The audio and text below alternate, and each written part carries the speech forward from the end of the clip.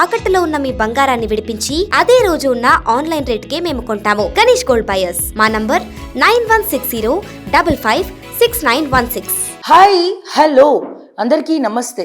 Welcome to okay TV. నేను మీ journalist శ్రావ్య. ముందుగా ఓకే టీవీ ప్రేక్షకులందరికీ శుభోదయం.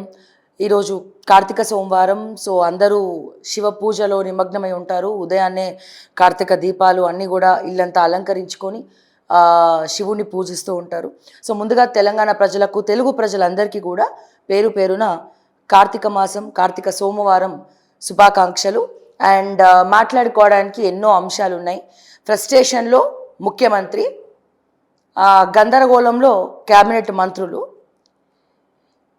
వాళ్ళ రూట్ ఎటో ఏందో, వాళ్ళ భవిష్యత్తు, రాజకీయ భవిష్యత్తు ఏందో తెలియనటువంటి కాంగ్రెస్ పార్టీ ఎమ్మెల్యేలు, పదవులు ఉంటాయా ఊడతాయా అని తెలియకుండా సుప్రీంకోర్టు తీర్పు ఏమిస్తుందా అని చెప్పి నెత్తిపైన తడిగుడ్డ వేసుకొని కూర్చున్నటువంటి అటు కాంగ్రెస్కి చెందని ఇటు బీఆర్ఎస్కి చెందని ఎమ్మెల్యేలు. ఇన్ని గందరగోళాల మధ్యలో జూబ్లీ హిల్స్ ఎన్నికలు ఏం కదా, టాపిక్ బాగా నడుస్తుంది. సో ముఖ్యంగా అండ్ మనం ఏమని చెప్పాము, ఎస్ ముఖ్యమంత్రి రూటు మారబోతోంది, ముఖ్యమంత్రి సీటు మారబోతోంది.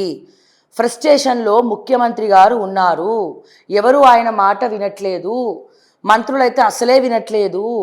ఏదో కాలేజ్ డేస్లో బీటెక్లోనో డిగ్రీస్లోనో సీనియర్స్ జూనియర్స్ని ర్యాగింగ్ చేసినట్టు. కరెక్టే.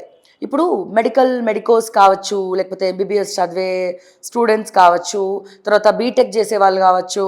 సో అక్కడ ర్యాగింగ్ చేస్తే, మొన్న హాస్టల్లో కూడా విద్యార్థులు ర్యాగింగ్ చేస్తే ఏం చేసినారండి, వాళ్ళపైన కేసులు పెట్టినారు. అదే ఇక్కడ కాంగ్రెస్ పార్టీలో సీనియర్ వర్సెస్ జూనియర్ ర్యాగింగ్ జరుగుతుందన్నమాట. అంటే మన ఎవరైతే మంత్రులు ఉన్నారో సీనియర్ మంత్రులందరూ కూడా రేవంత్ జూనియర్ను చెప్తే మేమేందా అయినది అన్నట్టుగా వీళ్ళ తీరు ఘోరంగా మారిపోయింది. అయితే వీళ్ళందరూ కలిసి రేవంత్ రెడ్డి గారిని ఒక కాలు, ఒక మంత్రి ఒక కాలు, ఇంకో మంత్రి ఇంకో కాలు, ఇంకో మంత్రి ఇంకో చెయ్యి, ఇంకో మంత్రి ఇంకో చెయ్యి. సో వీళ్ళందరి వ్యవహారాలు తలనొప్పిగా మారిపోయింది. మరో పక్క ఫహీం ఖురేషి, రోహిన్ రెడ్డి, వీళ్ళ అన్నదమ్ములు ఎవరు కూడా వినే పరిస్థితులు లేరు. సర్లే ఎన్నో అనుకుంటాం, కానీ ఇంట్లో ఉన్నటువంటి ఇంటిల్లిపాది సొంత అన్నదమ్ములే మాట వినప్పుడు ఇంకా వీళ్ళందరూ ఏం వింటారు బాస్, విన్నారు కదా. సో మరి కాలేజీలో ర్యాగింగ్ చేస్తుంటే జూనియర్ కేసు పెడితే సీనియర్ని పోలీసులు అరెస్ట్ చేస్తున్నట్టు, మరి కాంగ్రెస్ పార్టీలో ఈ సీనియర్ వర్సెస్ జూనియర్ ర్యాగింగ్లో మరి మంత్రుల మీద కేసులు ఏమి ఉండవా రేవంత్ అన్న?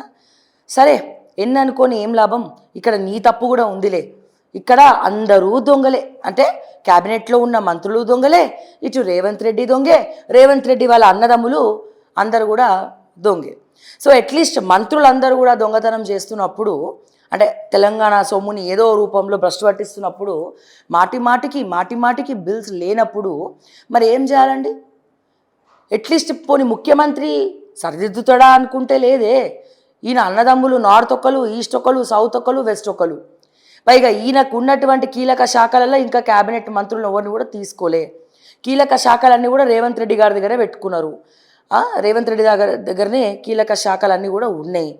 సో మిగతా వాళ్ళ శాఖలు అవి సరిపోవు అన్నట్టు మిగతా వాళ్ళ శాఖలలో కూడా తిరుపతి రెడ్డి ఒక దగ్గర, కృష్ణారెడ్డి ఒక దగ్గర దందాలు చేసుకుంటా, వేలు పెడుతుంటా, లిక్కర్ టెండర్లు నాకే కావాలని వీళ్ళు, లేదు కొడంగల్ లిఫ్ట్ ఇరిగేషన్ టెండర్లు నాకే కావాలని వీళ్ళు, నాకేం చెప్పకుండా మీరే పంచుకుంటున్నారా మీ ఆస్తులు, కమిషన్లు అని చెప్పి ఉత్తమ్ కుమార్ రెడ్డి గారు ఒకవైపు. అబ్బా ఏముందండి రాజకీయం, కాదు ఇది దీన్ని రాజకీయం అంటారా? సో ప్రజల మనసులు పొందడానికి ఏదో రాజకీయం చేసిన ఒక అర్థం ఉంది. సో మీ కార్యకర్తలే మీ వైపు చూస్తలేరే, మీ కార్యకర్తలే మీకు చీ తూతూ అంటున్నారే. రేపటి రోజున ఎన్నికలు వస్తే, పంచాయతీ ఎన్నికలు వస్తే అసలు మీ కార్యకర్తలు గ్రౌండ్లో తిరుగుతారో లేదో కూడా తెలియదే. ఇంకా బట్టి గారైతే ఇంకా ఘోరం, అసలు ఆయన కమిషన్లు తీసుకున్నా పని చేస్తలేడట. అంటే 30% 40% తీసుకున్నా పనే చేస్తలేడట, బిల్స్ కూడా క్లియర్ చేస్తలేడట, డబ్బులు తీసుకొని ఎగనామం పెడుతున్నారట. ఒక పక్క రోడ్ షోలు, బట్టి గారి సతీమణి ఊర్లో వాళ్ళ నేటివ్ ఏదైతే ఉందో మొన్న మధురలో రోడ్ షోస్ ఇట్లా పైన పక్కకెళ్ళి ఏమవుతుందంటే ఇట్లా ఏమంటారు సినిమాలో ఇంట్రడక్షన్లో ఒక హీరోయిన్ ఇట్లా ఎంటర్ అవ్వగానే పైనుంచి డైరెక్టరో లేకపోతే మన రాఘవేంద్రరావు గారి సినిమాలు చూసినట్లయితే ఇట్లా పూలు ఇట్లా చల్లడము. సో ఒక హీరోయిన్ లాంటి ఒక ఎలివేషను మా బట్టి గారి భార్య రోడ్ షోలు మధురలో ఖమ్మంలో, మళ్ళా పైనుంచి ఇట్లా పూలు. అసలే డబ్బులు లేవంటున్నారు, మరి పూలకేడికెళ్ళి వస్తున్నాయి డబ్బులు, మరి మీరే చెప్పాలి. సో ఇటువంటి పరిస్థితులల్లా ఒకవైపు జూబ్లీ హిల్స్ ఎన్నికలు, మరోవైపు ఇంకొన్ని రోజులు పోతే పంచాయతీ ఎన్నికలు, బీసీ రిజర్వేషన్ అట్లబాయే ఫెయిల్ అయిపోయాయి, మళ్ళీ ఫెయిల్యూర్ ముఖ్యమంత్రి అని అనొద్దు. సో ఇక్కడ ఒకటి ఏంటంటే, కాకపోతే రేవంత్ రెడ్డి గారి గురించి ఒకటి మాట్లాడాల్సింది ఏంటి అంటే, ఇక్కడ ప్రతి ఒక్కరు కూడా ఓన్లీ రేవంత్దే మిస్టేక్ అంటున్నారు. సో నిజంగానే ఓన్లీ రేవంత్దే మిస్టేక్, లేకపోతే కాంగ్రెస్లో ఉన్నటువంటి మంత్రులందరిదా? సో డెఫినెట్గా రేవంత్ రెడ్డి ఒక్కరిదే కాదు, సలహా ఇచ్చి నడిపించాల్సినటువంటి దుద్దిల్ల శ్రీధర్ బాబుది మిస్టేకే, బట్టి విక్రమార్కది మిస్టేకే. ఆయన ఎప్పుడు దిగిపోతే ఎప్పుడు ముళ్ళు గుచ్చితే నాకు ముఖ్యమంత్రి పదవి వస్తుందా అని ఎదురు చూసేటువంటి సైలెంట్ కిల్లర్ ఉత్తమ్ కుమార్ రెడ్డిది మిస్టేకే. Okay, so వీళ్ళందరిది మిస్టేకే. ఓ పక్క కొండ సురేఖ గారిది, తర్వాత ఎవరు ఇంకా కీలక మంత్రులు పొంగులేటి శ్రీనివాస్ రెడ్డి గారిది. ఆయన అయితే నేను ఇన్ని ఖర్చు పెట్టినా నాకు ఇంత కావాలి, అందుకే కరెక్ట్. ఆయన ఎందుకు రెవెన్యూ ఏరికోరి తీసుకున్నాడు? ఏరికోరి రాఘవ కన్స్ట్రక్షన్స్ బిజినెస్ అద్భుతంగా 3 పువ్వులు 6 కాయలుగా నడిపించవచ్చు. 600 కోట్ల రూపాయలు బహిరంగంగా మా ఇంట్లో దొరికిన బీజేపీ వాళ్ళు చప్పుడు చేయరు, కేంద్ర ప్రభుత్వం చప్పుడు చేయదు.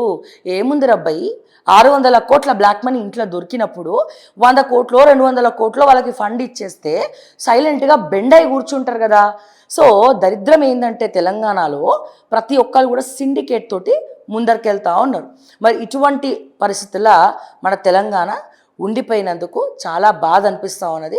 మరి దీన్ని ఏ రకంగా, ఆఖరికి మీరు చూసినట్టయితే మొన్న రాజగోపాల్ రెడ్డి గారు మరో 2 నెలల్లో ప్రభుత్వం కూలిపోబోతుంది, పడిపోబోతుంది అని చెప్పి బాంబులు వేలుస్తున్నారు. ఇక్కడ రాజగోపాల్ రెడ్డి గారు గురించి మనం మాట్లాడుకోవాలి అంటే, సో మంత్రి పదవి రాలేదు, సో అదే అక్కసుతో మంత్రి పదవి ఇచ్చి కాంగ్రెస్ పార్టీ మాట ఇచ్చి మోసం చేసిండ్రు. నేను ఘోష పడుతున్నా, సరే మంత్రి పదవి గురించి వదిలేయి, రేవంత్ రెడ్డి గారు కానీ మిగతా మంత్రులు ఇంత దౌర్జన్యాలు ఇంత రాక్షసత్వంగా వ్యవహరిస్తూ ఉంటే, తెలంగాణ పరువు మొత్తం కాంగ్రెస్ పార్టీలో పోతూ ఉంటే, మరో 20 సంవత్సరాలు కాంగ్రెస్ పార్టీ విచ్ఛిన్నమైపోతూ ఉంటే మల్లికార్జున ఖర్గే గారు ఏం చేస్తున్నారు, కేసీ వేణుగోపాల్ గారు ఏం చేస్తున్నారు, మీనాక్షి నటరాజన్ గారు ఏం చేస్తున్నారు? ఇక్కడ రేవంత్ రెడ్డి చేసేవి కానీ కేబినెట్ మంత్రులు చేసేవి కానీ పూస గుచ్చినట్టు రాహుల్ గాంధీకి చేరవేసేదే మీనాక్షి నటరాజన్. మరి ఇక్కడ ఎవరైతే అసలు సిసలైనటువంటి కార్యకర్తలు ఉన్నారో వాళ్ళకి పదవులు లేవు. సో ఒక్కటంటే ఒక్కటి చెప్పండి, కేవలం ప్రజల దగ్గరే కాంగ్రెస్ పార్టీ చెవులో పువ్వు పెట్టలే. కాంగ్రెస్ పార్టీ చెవులో పువ్వు ఎవరికి పెట్టింది? ఎవరైతే కాంగ్రెస్ పార్టీలో ఫస్ట్ నుంచి ఉన్నటువంటి కార్యకర్తలు ఉన్నారో వాళ్ళందరి చెవులల్లా పువ్వులు పెట్టిరు అన్నట్టు, తలలల్లా కాదు చెవులల్లా పువ్వులు పెట్టిండ్రు. సో ఇటువంటి పరిస్థితుల మరి రేవంత్ అన్న ఫెయిల్యూర్ ముఖ్యమంత్రి కాకపోతే ఇంకే ముఖ్యమంత్రి అవుతారు? సో ఇంకా చెప్పాలంటే ఏదైతే మేము మార్నింగ్ న్యూస్లో మాట్లాడుతున్నామో అదే విషయాన్ని తీసుకుపోయి పేపర్లలో రాస్తున్నారు. సో ఇప్పుడు చెప్పండి, యూట్యూబ్ చాలా పవర్ఫుల్లా లేకపోతే మీరు అన్నట్టు ఇంకేదన్నా? సో ప్రతీది కూడా మేము బ్లాస్ట్ చేస్తున్నటువంటి వార్తలు ప్రతీది కూడా పేపర్లలో వస్తూ ఉన్నాయి.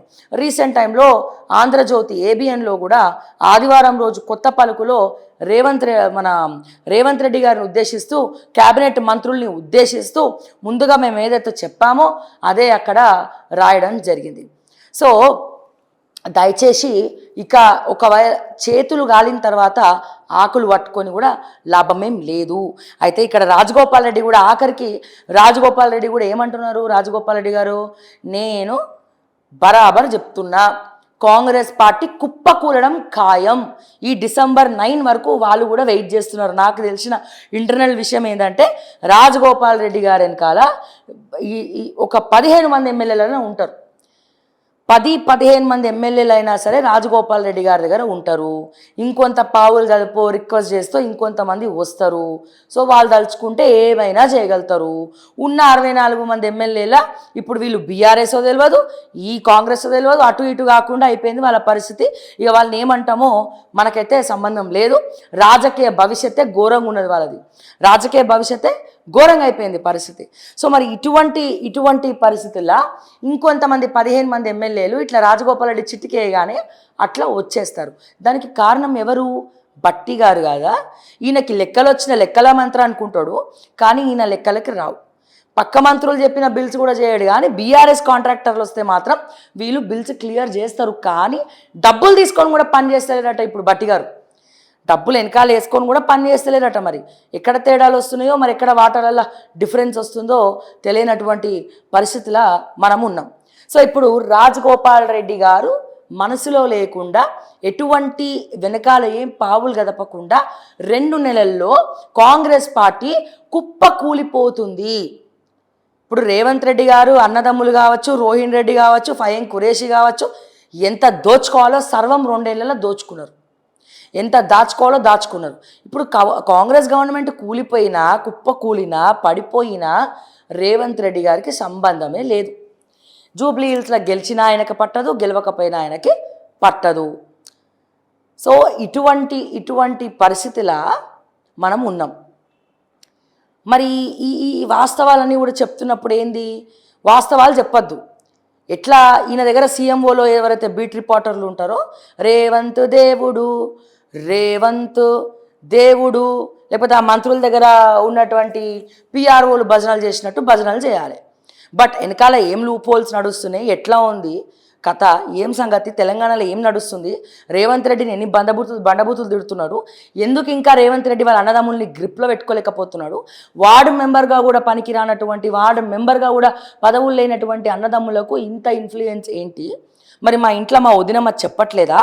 మరి ఏం జరుగుతుంది ఇక్కడ? గతంలో రేవంత్ కోసం పనిచేసినటువంటి సోషల్ మీడియా టీము, రేవంత్ కోసం పనిచేసినటువంటి సీనియర్ మోస్ట్ జర్నలిస్టులు, ఆ జర్నలిస్టులు ఎవరు? మళ్ళీ రెడ్డిలే, అదర్ కాస్ట్ కాదు, మళ్ళీ వాళ్ళు అత్యధిక శాతం రెడ్డిలే. సో టాలెంట్ ఉన్నోడిని కాదమ్మా, టాలెంట్ ఉన్నోడిని కాదు. ఇప్పుడు ఏంది, రెడ్డియా కాదా? రెడ్డి బూడిద పూసుకోవడం అంటే గిదే. సో ఇంకా ఎట్లా అంటే కొన్ని ప్రాజెక్టులలో వేరే క్యాస్ట్ ఉంటే వాళ్ళ దగ్గర టాలెంట్ ఉన్నా సరే దాన్ని డిఫర్ చేస్తున్నారు. టాలెంట్ వద్దు మాకు, ఉన్నది ఉన్నట్టు మాట్లాడడం ఒక వద్దు మాకు. రేవంత్ రెడ్డి గారు ఎట్లనైతే 6 గ్యారంటీల విషయంలో 7వ గ్యారంటీ సునీల్ గనుగోలుతో సహా 7వ గ్యారంటీగా చెవులో పువ్వు పెట్టిండ్రో రేవంత్ సోషల్ మీడియా టీము దగ్గర నుంచి ప్రతి ఒక్కరు రేవంత్ రెడ్డి షోలో పువ్వు పెడుతురు. అది ఇంకా తెలుసుకోకపోవడము ఇక రేవంత్ రెడ్డి గారు దౌర్భాగ్యకరం. ఆయన తెలుసుకునేసరికి అంతా అయిపోతుంది. బూడిదలో పోసిన పన్నీర్ అయిపోయింది తెలంగాణ, కన్నీరే ఇక మిగిలింది అని పాట పాడుకోవడం తప్ప ఇక అంతకు మించి మనం చేసేది ఏమీ లేదు. చేతులు కాలినాక ఆకులు పట్టుకోవడం అంటే బహుశా దీన్నే అంటారు. సో ఇప్పుడు మళ్ళీ ఏమంటారు, మీరు జాగ్రత్తగా ఉండకుండా మీరేమీ తప్పులు చేయలేదా? మంత్రుల్ని పట్టుకొని క్యాబినెట్లో ఫ్రస్ట్రేషన్ వచ్చి ఏమంటారు, మీరు ఎట్లా నన్ను బదలాం చేస్తున్నారు, మొత్తం అంతా బదలాం చేస్తున్నారు, ఫెయిల్యూర్ ముఖ్యమంత్రిగా. సో వాళ్ళు బదలాం చేస్తున్నారు, కానీ నిప్పు లేనిదే పొగరాదు, ఉప్పు లేకపోతే వంటలా రుచి రాదు. అబ్బా ఏమన్నా వచ్చిందా డైలాగు? సో రేవంత్ అన్న నీ పరిస్థితి ఇప్పుడు. సో ఫస్ట్ ఆ భజన బ్యాచ్ని పక్కన పెడతావా? ఇట్లా జై రేవంత్ అని చెప్పి దోషక తినడాలు, నీ సోకాల్డ్ రెడ్డిలు, నీ అండర్లో ఉన్నటువంటి రెడ్డిల గురించి మాట్లాడుతున్నా. మళ్ళీ నేను అందరు రెడ్డిల గురించి నేను మాట్లాడతలేను. ఎవరినైతే నువ్వు కోరి తెచ్చుకున్నావో సో వాళ్ళ గురించి మేము మాట్లాడుతున్నాం. నీకు డిజిటల్ మీడియా యొక్క వాల్యూ గురించి ఎక్కడ శాటిలైట్ గ్రాఫ్ పడిపోతుందా అని భయంతో నీ చుట్టూ చేరినటువంటి కొంతమంది భజనా మండలి యూట్యూబ్ ఛానల్స్ గురించి నీకు చాలా చెడ్డగా చెప్పి నీ దరిదాపుల్లో కూడా రానివ్వట్లే. కానీ సోషల్ మీడియా తలుచుకుంటే ఏమైనా చేయగలుగుతుంది.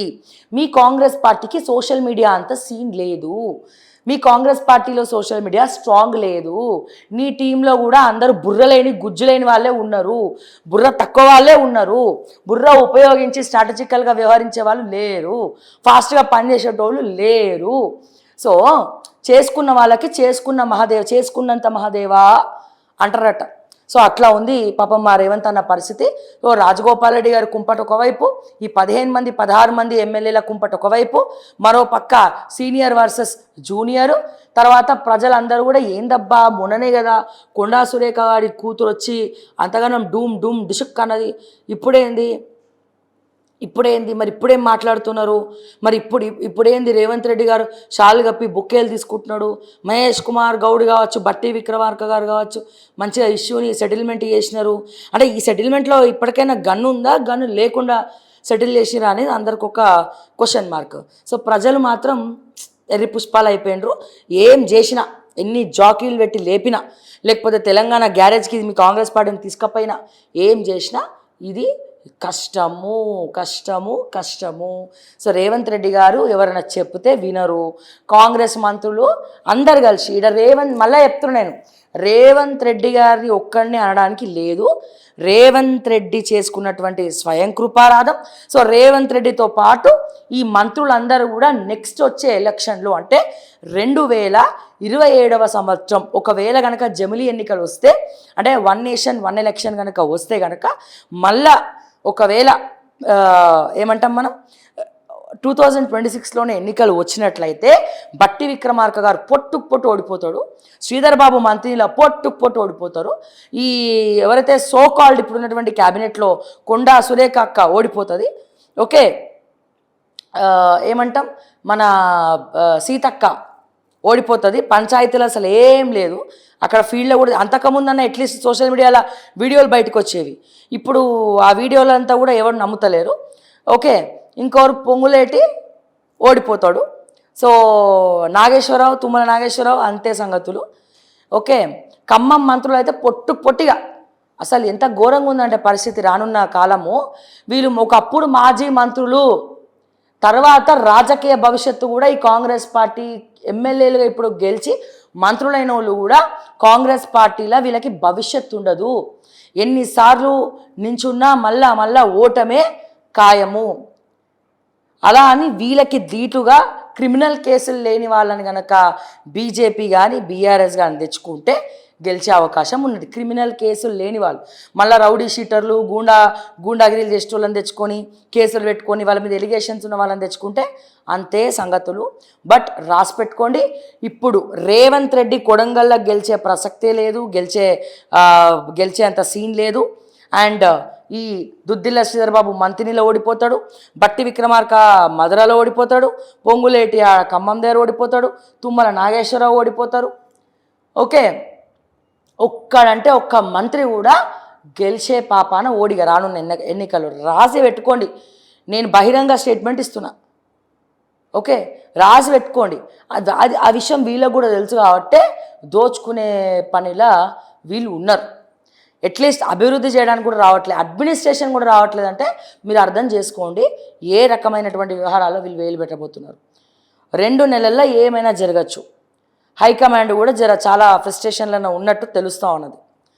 మామూలు ఫ్రస్ట్రేషన్లా కాదు, చాలా ఫ్రస్ట్రేషన్. ఎట్లాగో కాంగ్రెస్ పరువు పోయింది, ఎంతకన్నా ఏమవుతుంది అన్నట్టు వాళ్ళు కూడా అదే రకంగా ఉన్నట్టు కూడా తెలుస్తూ ఉంది. సో అతి త్వరలో మరి గవర్నమెంట్ ఏమైనా జరగచ్చు, కుప్పకూలచ్చు, లేకపోతే రేవంతే పోయి బీజేపీతో ఆయన అవసరం కోసం చేతులు కలపచ్చు, పొంగులేటే కలపచ్చు, ఏదైనా చేయొచ్చు, గుర్రం ఎగరచ్చు, నిద్ర పోవచ్చు, 3 షర్ల నీళ్ళు కూడా తాగిపియచ్చు. కానీ రాజగోపాల్ రెడ్డి గారి వెనకాల మాత్రం ఒక 15 మంది ఎమ్మెల్యేలు అయితే ఉన్నారు.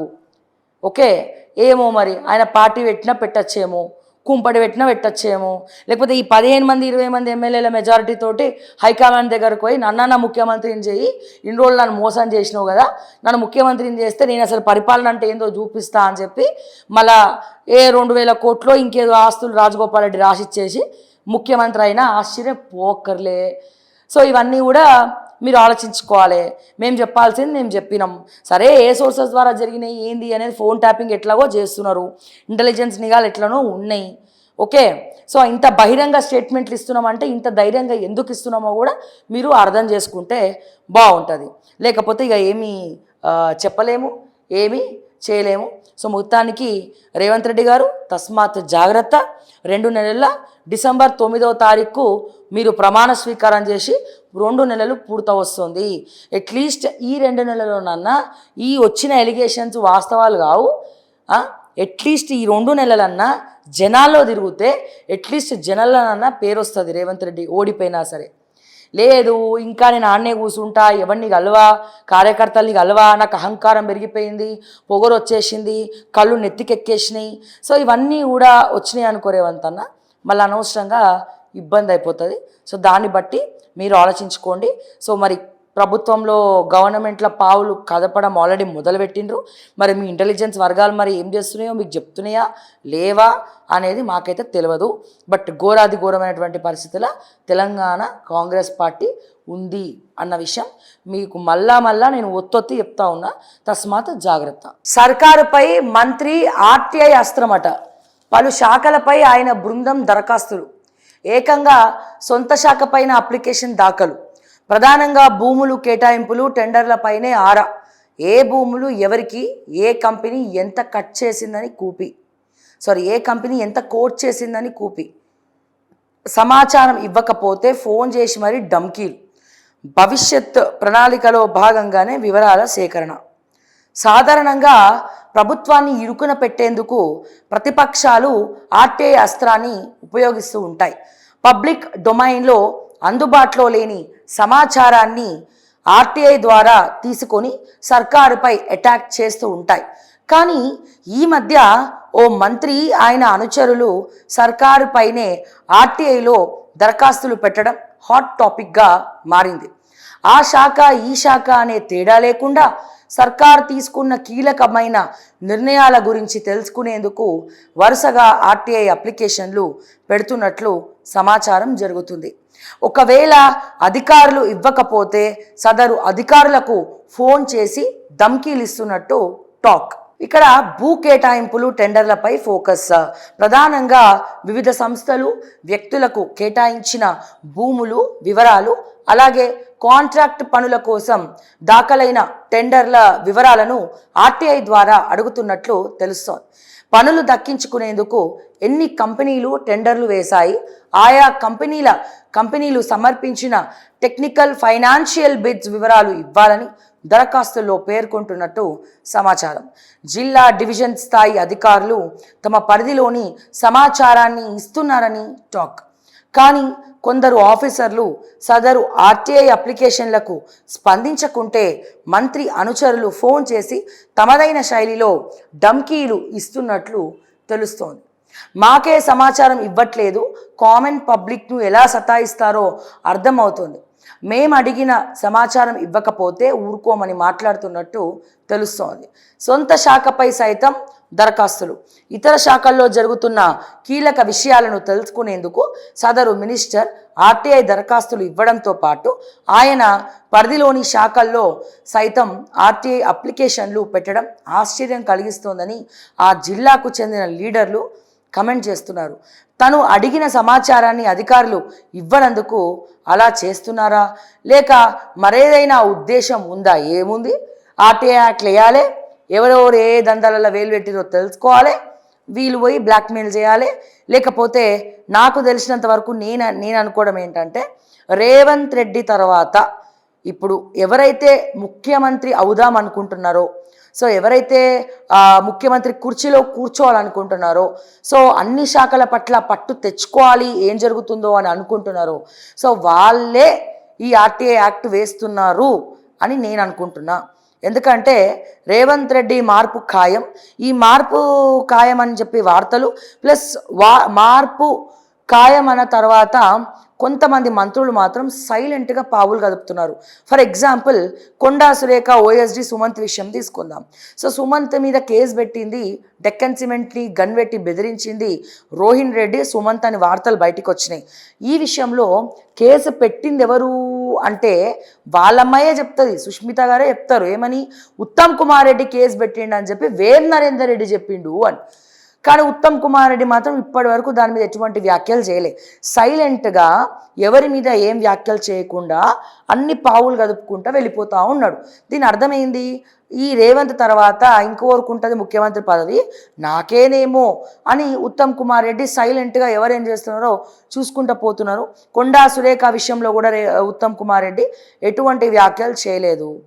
ఒకటి పాయింట్ నెంబర్ 1. ఇక పాయింట్ నెంబర్ 2 విషయానికి వస్తే, నెక్స్ట్ పొంగులేటి శ్రీనివాస్ రెడ్డి ముఖ్యమంత్రి తర్వాత నేనే ముఖ్యమంత్రిని అని చెప్పుకునేటువంటి పొంగులేటి శ్రీనివాస్ రెడ్డి మరి భూముల గురించి ఆరాలు తీస్తున్నారు అంటే మరి దేనికోసం? ఆయన కోసమా, ముఖ్యమంత్రి పదవి కోసమా, ఇంకా దేనికోసం అనేది ఆలోచించాల్సినటువంటి అంశం. సో ఇట్లా ఎవరైతే ముఖ్యమంత్రి పదవి గురించి నెక్స్ట్ పావులు కదుపుతున్నారో సో ఈ పావులు కదిపేటోళ్ళందరూ కూడా ఈ ఇద్దరు ముగ్గురులల్లనే సోకాల్ రెడ్డిలు ఎవరైతే ఉన్నారో వీళ్ళే బహుశా మరి ఇదంతా కూడా చేస్తున్నట్టు విశ్వసనీయ వర్గాల సమాచారం. మరి చూద్దాం మరి ఏం జరుగుతుందో. ఈ ఆర్టీఐ యాక్ట్లేసి అసలే ఆర్టీఐ దాంట్లో కూడా ఓన్ తీసుకొచ్చి కూర్చోబెట్టింది మరి ఏమంతన్నా. అయోధ్య రెడ్డిని మాత్రం మొదలడు, ఇన్ఫర్మేషన్ కమిషనర్ మెంబర్గా అయోధ్య రెడ్డినే ఇస్తాడు, అన్ని రెడ్డిలకే ఇస్తాడు ఈ పదవులు తీసుకపోయి అన్ని. ఇక రెడ్డిలు తప్ప ఆయన కళ్ళ ముందు ఇంకా ఓరు కనబడారు. ఈ కొడంగలు, ఆ ఉమ్మడి వికారాబాదు జిల్లా కావచ్చు, మహబూబ్ నగర్ జిల్లా కావచ్చు, మెయిన్ కీలక పదవులలో అందరూ రెడ్డిలే ఉన్నారు. సో మరి రేవంత్ రెడ్డికి తెలియకుండా రెడ్డిలు ఉంటే మరి ఏం చేస్తున్నట్టు రేవంత్ రెడ్డి? మళ్ళీ నాకు బీసీల మీద చాలా ప్రేమ ఉందండి, నేను అందరికీ పదవులు ఇస్తున్నా, అందరినీ సమానంగా చూస్తున్నా అని చెప్పి గప్పాల డైలాగులు కొడతా ఉంటారు. సో ఇటువంటి పరిస్థితుల్లో ఉన్నాం మనం. సో మీరు కూడా కమెంట్స్ రూపంలో తెలియజేయండి. ఆ ఆర్టీఐ యాక్లేసేటువంటి సొంత శాఖను కూడా వదిలినటువంటి ఆర్టీఐ వేసినటువంటి ఆ మంత్రి ఎవరని మీరు అనుకుంటున్నారో కమెంట్స్ రూపంలో తెలియజేయండి. ఎస్ సార్, తెలంగాణ యోధుడు కొమరం భీం బ్రిటిష్ వారి దోపిడీపై ఉద్యమించాడు.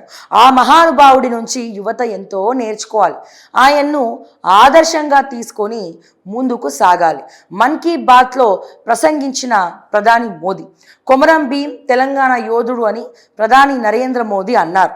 ఆదివారం మన్ కీ బాత్లో ఆయన మాట్లాడుతూ 20వ శతాబ్దం తొలినాళ్లలో దేశ ప్రజలకు స్వాతంత్రం సుదూర స్వప్నంగా ఉండేదన్న మోడీ, ఆ కాలంలో బ్రిటిష్ వారి దోపిడీ తెలంగాణ, హైదరాబాద్ ప్రజలపై తీవ్రంగా ఉండేదన్నారు.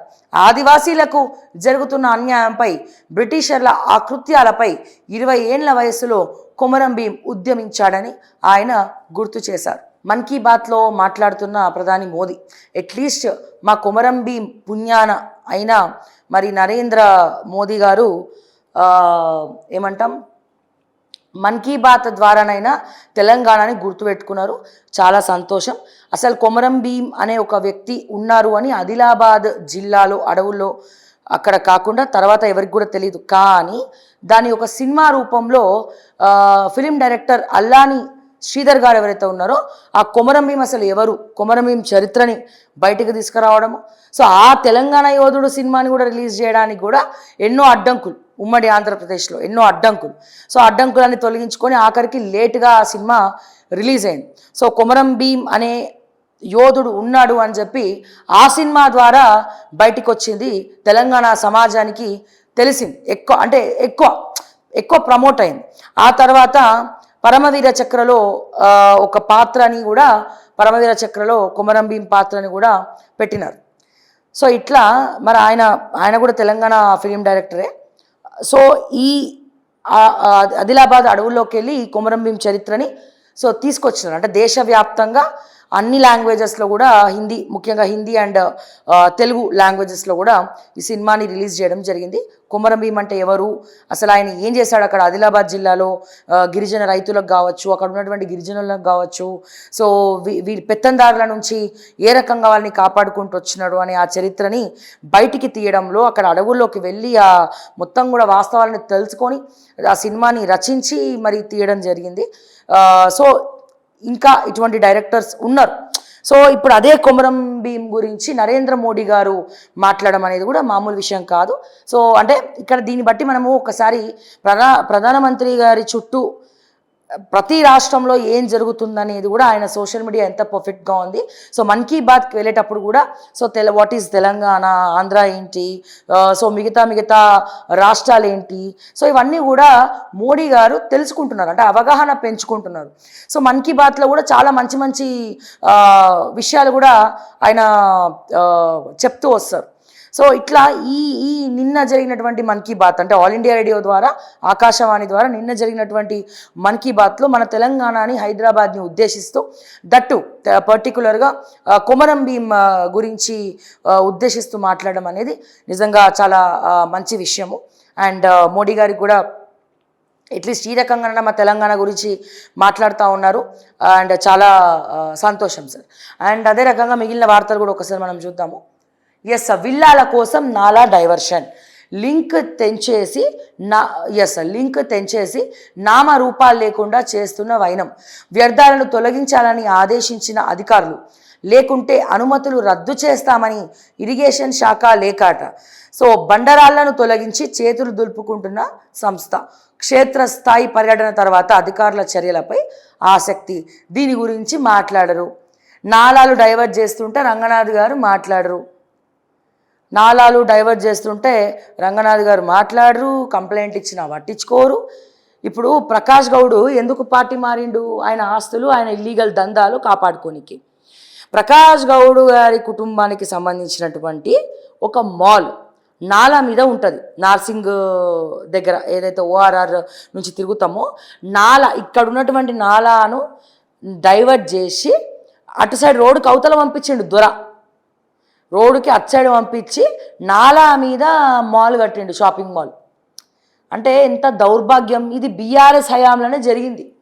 ఇప్పుడు కాంగ్రెస్లోకి ఎందుకు పోయిండు? ఇవన్నీ కూడా లిటిగేషన్స్ రావద్దు, ఏ పంచాయతీలు ఉండొద్దు అని చెప్పి ఈ నాలాను డైవర్ట్ చేసుకొని నాలా మీద కట్టేసి నాలా నుంచి అటు పోయిండు. గతంలో ఎన్నోసార్లు దీని మీద వార్తలు మాట్లాడినాం. రేవంత్ రెడ్డి గారు ఏమైనా చేసిర్రా? హైడ్రా కమిషనర్ ఏమైనా చేసినా? ఇంకా పెద్ద జోక్ ఆఫ్ ద ఇయర్ ఏంటంటే జన్వాడ ఫామ్ హౌస్కి వెళ్ళాను నేను, కేటీఆర్ ఫామ్ హౌస్కి. అది కేటీఆర్ వాళ్ళ మిత్రుడైనా పర్లేదు, కేటీఆర్ బావమరిదినన్నా కేటీఆర్ గారు పర్లేదు, స్వయాన ముఖ్యమంత్రి రేవంత్ రెడ్డి గారు ట్వీట్ చేసినాడు. జన్వాడ ఫామ్ హౌస్ గేట్ మొత్తం కూడా నాలా పైన కట్టిండు. ఆ నాలా పైన గేట్ కట్టడం వల్ల ఏమవుతుంది, పక్కన ఎవరైతే పంట పొలాలు ఉంటాయో అక్కడ వర్షం వచ్చినప్పుడు నీళ్ళన్నీ కూడా నిలువ ఉంటున్నాయి ఈ నాలాల డైవర్షన్స్ వల్ల. మేము స్వచ్ఛందంగా కేటీఆర్ గారు మనసు పెట్టి మీ గేటుని మొత్తం కొల్లగొట్టండి, మీ మిత్రుడికి చెప్పండి పోని, మీరు అంటారు కదా ఇది నాది కాదు నా మిత్రుడిది లేదా నా బావమరిది సోకాల్డ్ అన్నప్పుడు వాళ్ళకి చెప్పి మరి స్వచ్ఛందంగా మీరే ఈ గేట్ని తీయించేసేయండి, కొంచెం వెనక్కి తీసుకోండి, కాంపౌండ్ వాళ్ళ వెనక్కి తీసుకొని కట్టుకోమని చెప్పినాం. బట్ ఇక్కడ కేటీఆర్ ఇన్ని డైలాగులు చెప్తాడు ఇప్పుడు ఈ గవర్నమెంట్ మీద. మరి అంతకుముందు ఆయన చేసిన వివరాలు ఏంది? ఇప్పటికైనా మించిపోయింది లేదు. స్వచ్ఛందంగా గేట్ తీసేయమంటే నాలా పైన తీయడు. ఇరిగేషన్ వాళ్ళకి చేత కాదు, చేతులు కట్టుకొని చేతులు ముడుచుకొని కూర్చున్నారు. రేవంత్ రెడ్డి ట్వీట్లు కూడా మాయమైపోతాయి. ఎట్లా మాయమైపోతాయి? అని మాయమైపోతాయి. సో స్వయాన working president KTR Janwada farm house వాళ్ళ సన్నిహితులకు సంబంధించిందో లేకపోతే కేటీఆర్కి సంబంధించిందో సోకాల్డ్. సో మరి ఆ నాలా పైన గేట్ ఎందుకు పెట్టినవు దొర అంటే ఆయన సప్పుడు చేయడు. సో ఇట్లా కీలకంగా ఉన్నటువంటి వాళ్ళు ఆదిత్య కన్స్ట్రక్షన్స్ ఏకంగా మూసి నదిలోనే పెడతా ఉన్నారు. సో మళ్ళీ ఏం అడుగుతారు వీళ్ళు ఏమడుగుతారు? ప్రూఫ్లు అడుగుతారు. ఆడ గూగుల్ మ్యాప్లో క్లియర్గా చూపిస్తుందిరా నాయన. గూగుల్ మ్యాప్లో క్లియర్గా మూసీ నదిలో ఆదిత్య కన్స్ట్రక్షన్ జరుగుతుంది అని చెప్పి క్లియర్గా చూపిస్తుంది.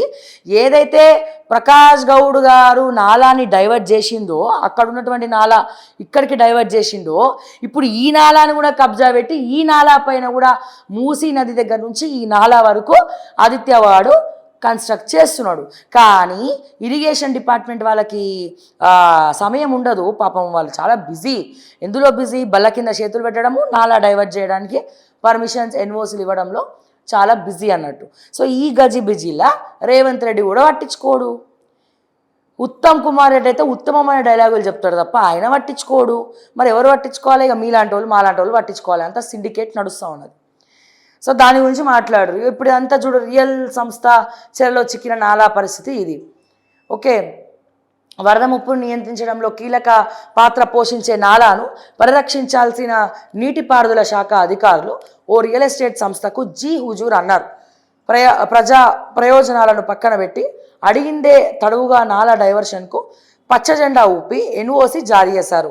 మరి ఈ సో కాల్డ్ ఇరిగేషన్ ఆఫీసర్లను మరి ఎందుకు సస్పెండ్ చేయడు రేవంత్ రెడ్డి? ఎందుకు వీళ్ళ గురించి మాట్లాడరు హైడ్రా రంగనాథ్? మరి నాలాలు, చెరువులు, కుంటలు, గవర్నమెంట్ భూములు అన్నీ వస్తాయి కదా ఈయన దగ్గరికి. మళ్ళీ ఈయన ఎందుకు దాని గురించి మాట్లాడినట్టు? సో ఇవన్నీ వినడానికి బాగానే ఉంటాయి. ఎస్, రాళ్ళు మట్టితో పూడ్చేసి నాలాను నామరూపాలు లేకుండా చేస్తుంది. దీంతో ఇప్పుడు మేల్కొంటున్న అధికారులు వ్యర్థాలను తొలగించకుంటే అనుమతులను రద్దు చేస్తామని లేఖ రాశారు. రంగారెడ్డి జిల్లా అబ్దుల్లాపూర్ మేట్ మండలం గౌరెల్లిలోని లెగసీ ఏఎంఆర్ విల్లాల నిర్మాణంలో అక్రమాలు, అధికారుల సహకారం చర్చనీయాంశంగా మారింది. కాసులకు కక్కుర్తి పడే ఆమోదమా?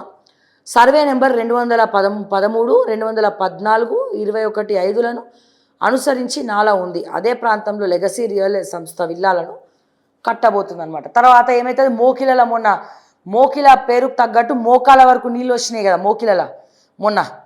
ఎందుకు? ఆడ చెరువులో కడితే అట్లనే ఉంటాయి, కుంటలలో కడితే అట్లనే ఉంటాయి.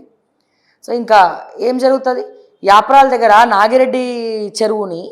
నాగిరెడ్డి కుంట ఏదైతే చెరువు ఉందో ఆ నాగిరెడ్డి కుంట చెరువులో ఈ ఎవరైతే సోకాల్డ్ కార్పొరేటర్ ఉన్నారో సో అతను పోయి మొత్తం బ్లాకులు కట్టేస్తూ ఉన్నాడు. కంప్లైంట్లు ఇస్తే కూడా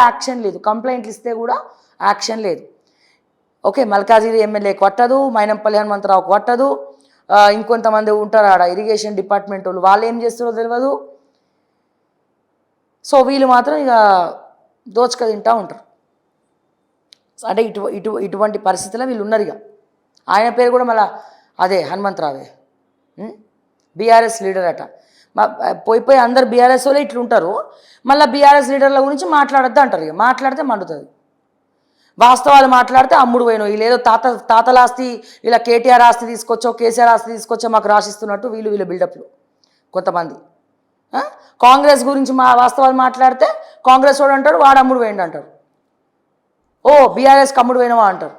బీఆర్ఎస్ గురించి మాట్లాడితే కాంగ్రెస్కి అమ్ముడు పోయినవా అంటారు. అమ్ముడు పోవడం మాత్రం మొదలరు డైలాగులు.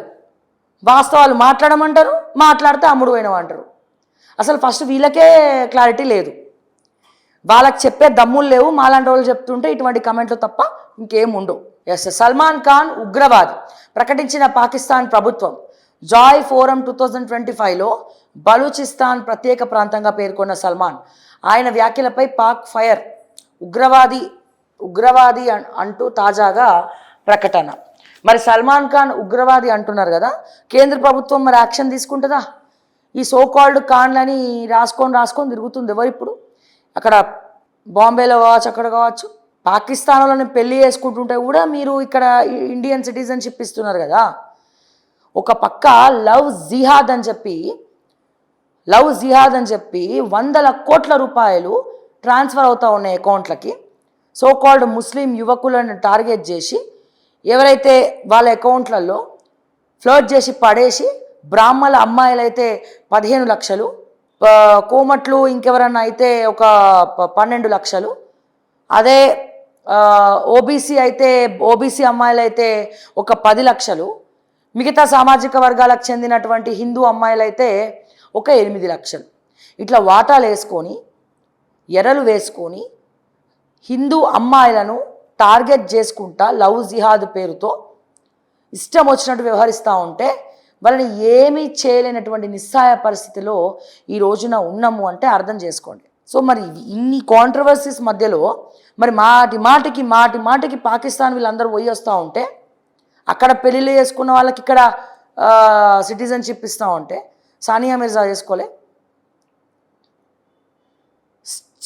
అంటే ఎక్కడ పోతుంది మన రూల్స్, ఎక్కడ పోతున్నాయి మన వ్యవస్థ, ఎక్కడ పోతుంది? ఇవన్నీ కూడా all are equal in the eyes of law అంటారు, సెక్యులరిజం అని మాట్లాడతారు. కానీ ఆ సెక్యులరిజం హిందువుల విషయంలో పనికిరాదు. ఎందుకో మిగతా వాటికి ఇచ్చినటువంటి ప్రయారిటీ హిందువులకి మాత్రం అసలు ఇవ్వరు. ఇంకా కొంతమంది ఇష్టం వచ్చినట్టు మాట్లాడుతూ ఉంటారు, హిందూ దేవుళ్ళ గురించి మాట్లాడతారు. అదే ఇక్కడ ముస్లిం కమ్యూనిటీ గురించి కానీ క్రిస్టియన్ కమ్యూనిటీ గురించి మాట్లాడితే ఇమీడియట్గా ఎఫ్ఐఆర్లు అవుతాయి. కానీ హిందూ దేవుళ్ళ గురించి మాట్లాడతారు, హిందూ అమ్మాయిల గురించి మాట్లాడతారు, బహిరంగంగా సోషల్ మీడియాలో అడ్డమైన కూతలు కూస్తారు, వాళ్ళ మీద ఎటువంటి యాక్షన్ ఉండదు, వాళ్ళని ఏమి అనరు, కేసు పెట్టమన్నా పెట్టరు. ఇది ఎక్కడ సెక్యులరిజం అంటే ఏంటి? All are equal in the eyes of law ఏంటి? అన్ని కులాలు అన్ని మతాలు ఒక్కటే అన్నప్పుడు సిస్టమ్ కూడా అందరికీ ఒకేలాగా పనిచేయాలి. అంతేగాని ముస్లిమ్స్కి ఒకలా, క్రిస్టియన్స్కి ఒకలా, హిందూస్కి ఒకలా కాదు. సో ఎంత ముచ్చట అనిపిస్తుందంటే, మొన్న తమిళనాడుకి సంబంధించినటువంటి ఒక ముస్లిం సోదరుడు మన సుప్రభాతాన్ని అద్భుతంగా చదువుతున్నాడు, అద్భుతంగా పాడుతున్నాడు. సుప్రభాతాన్ని పాడుతూ దాని అర్థం చెప్తున్నాడు. ఎంతమందికి హిందువులకి మనకి కానీ ఎంతమందికి వస్తుంది సుప్రభాతం? ఇదే సుప్రభాతాన్ని ఉద్దేశిస్తూ ఒకడు ఏం మాట్లాడతాడండి సోషల్ మీడియాలో, లెవ్వుగా తెల్లారింది లెవ్వు అని చెప్పి ఇష్టం వచ్చినట్టు మాట్లాడతారు. వాళ్ళ మీద ఎటువంటి యాక్షన్ ఉండదు. ఏ మతాన్ని కించపరిచినా, ఏ కులాన్ని కించపరిచినా అది తప్పే. అందరికీ ఒకే చట్టం, అందరికీ ఒకే న్యాయం. సెక్యులరిజం అంటేనే అది కదా. India is a secular country అంటే 3 మతాలు అన్ని మతాలు కలగలిపినటువంటి భారతదేశం సెక్యులర్ కంట్రీ అన్నప్పుడు ఈ రూల్స్ అండ్ రెగ్యులేషన్స్ కేవలం వీళ్ళకే ఎందుకు? హిందువుల మీద యాక్షన్, హిందువులు గురించి ఇంతమంది మాట్లాడుతుంటే ఎఫ్ఐఆర్లు ఎందుకు ఫైల్ చేయరు? మీ ఇంటెలిజెన్స్ కానీ పోలీసులు కానీ ఎందుకు మాట్లాడరు? లా అండ్ ఆర్డర్ ఎందుకు ఈ రకంగా మారుతుంది? సో ఈ ప్రశ్నకు జవాబు ఎవడు చెప్పలేడు. ఇంకా 10 సంవత్సరాల నుంచి కేంద్ర ప్రభుత్వంలో బీజేపీ ఉంటే కూడా వీళ్ళు దాని గురించి మాట్లాడరు, దాన్ని సరిచేయరు. సో అంటే ఆలోచిద్దాం. దయచేసి అమ్మాయిలారా తస్మాత్ జాగ్రత్త. వేల కోట్ల రూపాయలు కొంతమంది, అందరి ముస్లింలని మాట్లాడతలేను, అసాంఘిక కార్యకలాపాలు చేసేటువంటి ముస్లిము యువకులు ఎవరైతే కొంతమంది ఎరేసి ఉగ్రవాదులు వాళ్ళ అకౌంట్లకి పైసలు పంపించి బ్రాహ్మణ అమ్మాయిలను, కోమట్ల అమ్మాయిలను, లేకపోతే ఓసీ కావచ్చు, ఓబీసీ అమ్మాయిలను కావచ్చు, ఎస్టీ అమ్మాయిలను కావచ్చు, ఎవరైతే హిందువులు ఉన్నారో హిందూ సామాజికానికి సంబంధించినటువంటి అమ్మాయిలను ఎరవేస్తున్నారు. వీళ్ళు ఫ్లెట్ చేస్తే మీరు నమ్మకండి, అమ్మాయిలారా మోసపోకండి. లవ్ జిహాద్ పేరుతో మీకు ముసుగు వేస్తూ ఉంటే మీరు ధైర్యంగా వచ్చి పోలీస్ స్టేషన్ అని కన్సల్ట్ అవ్వండి, లేకపోతే మీడియా సంస్థలకు మీ బాధ చెప్పుకోండి. అనుమానాస్పదంగా మీకు ఏమైనా అనిపించినా ఇంట్లో వాళ్ళతో డిస్కస్ చేయండి. తప్పుడు దారిలో వెళ్ళి ఇన్ఫ్రాక్చుయేషన్ అనే పేరుతో వీళ్ళు అట్రాక్ట్ చేస్తూ ఉంటే దయచేసి నమ్మకండి. తర్వాత మొత్తం కూడా పాటలు కట్ చేసి బీరువాళ్ళలో పెట్టడం, ఫ్రిడ్జ్లలో పెట్టడం, ఇటువంటివన్నీ కూడా మనం చూస్తూ ఉన్నాం లవ్ జిహాద్ కేసులలో. తస్మాత్ జాగ్రత్త. సో తస్మాత్ జాగ్రత్త అని చెప్పి ప్రతి ఒక్క ఆడబిడ్డకు నేను రిక్వెస్ట్ చేస్తూ ఉన్నాను. ఇది ఉత్తరప్రదేశ్ సాక్షిగా జరుగుతూ ఉంది. ఉత్తరప్రదేశ్లో ఇప్పటికే చాలామందిని ఎరవేస్తూ ఉన్నారు. సో ఇది ప్రతి దగ్గర జరగకముందే అలర్ట్ అవ్వండి. అది ఏ సామాజిక వర్గానికి సంబంధించినటువంటి అమ్మాయి అయినా అమ్మాయే. సో వాళ్ళ టార్గెట్ హిందూ మతస్థులు, హిందూ అమ్మాయిలు. ఒక సైకోల్ లెక్క వ్యవహరిస్తూ ఉన్నారు. సో దయచేసి మనం జాగ్రత్తగా ఉందాము. ఎటువంటి అనుమానాలు వచ్చినా సరే దయచేసి తెలియజేయండి, ఇంట్లో వాళ్ళకి చెప్పండి, స్కూల్స్లో కాలేజెస్లో డిస్కస్ చేయండి, వాళ్ళ గురించి ఎంక్వైరీ చేయమనండి, పోలీసులతో పంచుకోండి.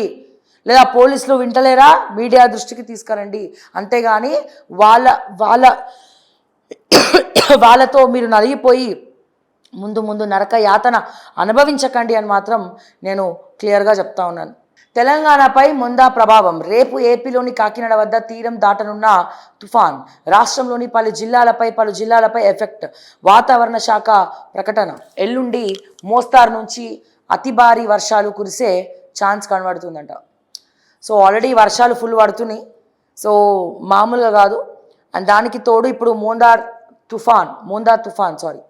తుఫాను మరి అక్కడ అల్పపీడనం నెలకొంది కాబట్టి ఇవాళ రేపు వర్షాలు తీవ్ర స్థాయిలో పడవచ్చు. ముఖ్యంగా రేపైతే అత్యధికంగా పడే అవకాశం ఉందని చెప్పి చెప్తా ఉన్నారు. 3 నుంచి ప్రైవేట్ కాలేజీలు బంద్ అంట. ఫీజు రియంబర్స్మెంట్ కోసం దశల వారీగా ఆందోళనలు. వచ్చే నెల 1లోగా సర్కార్ 900 కోట్లు విడుదల చేయాలి. హైయర్ ఎడ్యుకేషన్ ఫెడరేషన్ అసోసియేషన్ వెల్లడి. వచ్చే నెల 3వ తేదీ నుంచి ప్రైవేట్ కాలేజీలు మూసివేస్తున్నట్లు federation of association Telangana higher education ప్రకటించింది. గత ప్రభుత్వ నిర్లక్ష్యం కారణంగా రాష్ట్రంలో పేరుకపోయిన ఫీజు రియంబర్స్మెంట్ బకాయిలను నవంబర్ 1 లోపు విడుదల చేయాలని, లేని ఎడల కాలేజీల బంద్ చేస్తామని మరోమారు పిలుపునిచ్చింది. కాగా పెండింగ్ 900 కోట్ల ప్రభుత్వం రియంబర్స్మెంట్ బకాయిలు చెల్లించాల్సి ఉంది. సో 3 నుంచి ప్రైవేట్ కాలేజీలు బంద్ అట. మధ్యలో నలిగిపోయేది ఎవరండి? విద్యార్థులు. మరి ఇదే ఫీజు రియంబర్స్మెంట్ల గురించి ఎవరు మాట్లాడరు? తీన్మార్ మల్లనతో సహా ఎవరు మాట్లాడరు. అండ్ ఈ బీసీ సామాజిక వర్గంతో పాటు బడుగు బలహీన వర్గాలకు సంబంధించినటువంటి ఎక్కువ వాళ్ళకు ఉపయోగపడుతుంది. సో పేదవాళ్ళకు ఉపయోగపడుతుంది. సో ఫీజు రియంబర్స్మెంట్లు 2 ఏళ్ళు అవుతుంది కాంగ్రెస్ గవర్నమెంట్ అధికారంలోకి వచ్చి సుమారుగా. అసలు ఇప్పటి వరకు ఒక ఫీజు రియంబర్స్మెంట్ లేదు. ఇప్పటి వరకు చాలామందికి సర్టిఫికేట్స్ ఇవ్వలేదు. సో ఇప్పుడు దీన్ని ఉద్దేశిస్తూ బంద్ ప్రకటిస్తుంది ప్రైవేట్ యాజమాన్యం, ప్రైవేట్ సంస్థలు. మరి ప్రభుత్వానికి చీమ కూడా కొట్టినట్లేదు. ఇంతమంది ఇన్నిసార్లు చెప్తుంటే కూడా, ఆ బట్టి గారి చెవులో ఊదుతుంటే కూడా ఆయనకి వినబడదు. నిరుద్యోగ భృత ఎప్పుడు ఇస్తామన్నా మేము చెప్పామా నిరుద్యోగ భృతి ఇస్తామని అని చెప్పి అట్లా అంటూనే తెలంగాణ అధోగతి పాలు పట్టిస్తుంది. 21 మంది మావోయిస్టుల లొంగుబాటు, వారిలో 4 డివిజనల్, 9 మంది ఏరియా కమిటీ సభ్యులు, 3 AK-47లు సహా 18 ఆయుధాలు అప్పగింత. ఛత్తీస్గఢ్ రాష్ట్రంలోని కాంకేర్లో ఇదే బాటలో మరో 50 మంది మావోయిస్టులు. సో వరుసపెట్టి మావోయిస్టులు అందరూ కూడా లొంగిపోతూ ఉన్నారు. నేడు మద్యం షాపుల డ్రాట్. ఈ 2025-27 కాల పరిమితికి గాను 2620 దుకాణాలకు లైసెన్సుదారుల ఎంపిక. జిల్లాల వారీగా కలెక్టర్ల సమక్షంలో ప్రక్రియ. డిసెంబర్ 1 నుంచి కొత్త షాపుల ప్రారంభం. సో నేడు మద్యం షాపుల డ్రా.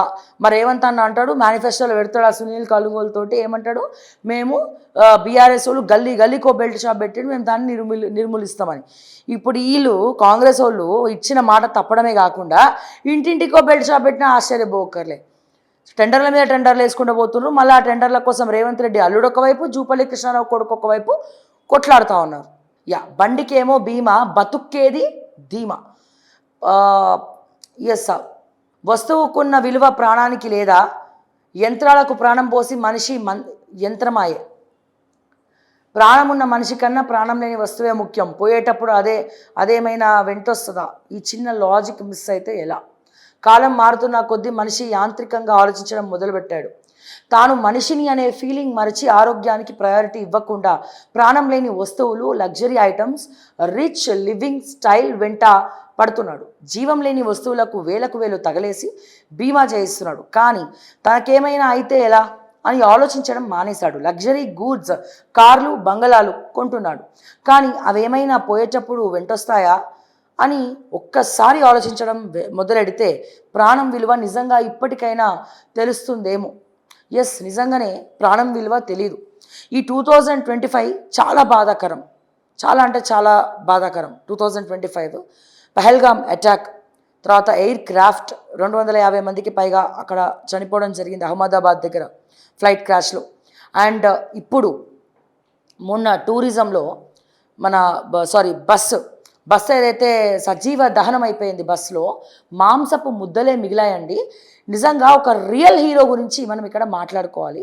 ఒకే ఒక్కడు అతను చెప్తూ ఉంటే, నేను చూస్తూ ఉంటే అతని గురించి, బస్సు తగలబడిపోతూ ఉంటే అద్దాలు పగలగొట్టి కొంతమంది నన్ను కాపాడాడు అని చెప్తున్నాడు. ఇంకా ఆయన ఏం చెప్తున్నాడు, ఒక అమ్మాయి, ఒక తల్లి ఆవేదన వ్యక్తం చేస్తుందంట, నా పిల్లల్ని కాపాడండి అని సైగలు చేస్తుందంట.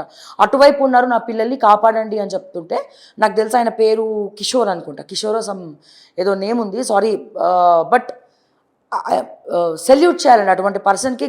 కేంద్ర ప్రభుత్వం గుర్తించి అవార్డ్స్ ఇవ్వాలి. ఎట్లాగో మన రాష్ట్ర ప్రభుత్వాలకు సోయలేదు. సో ఇటువంటి రియల్ హీరోస్ని తట్టి లేపాలండి.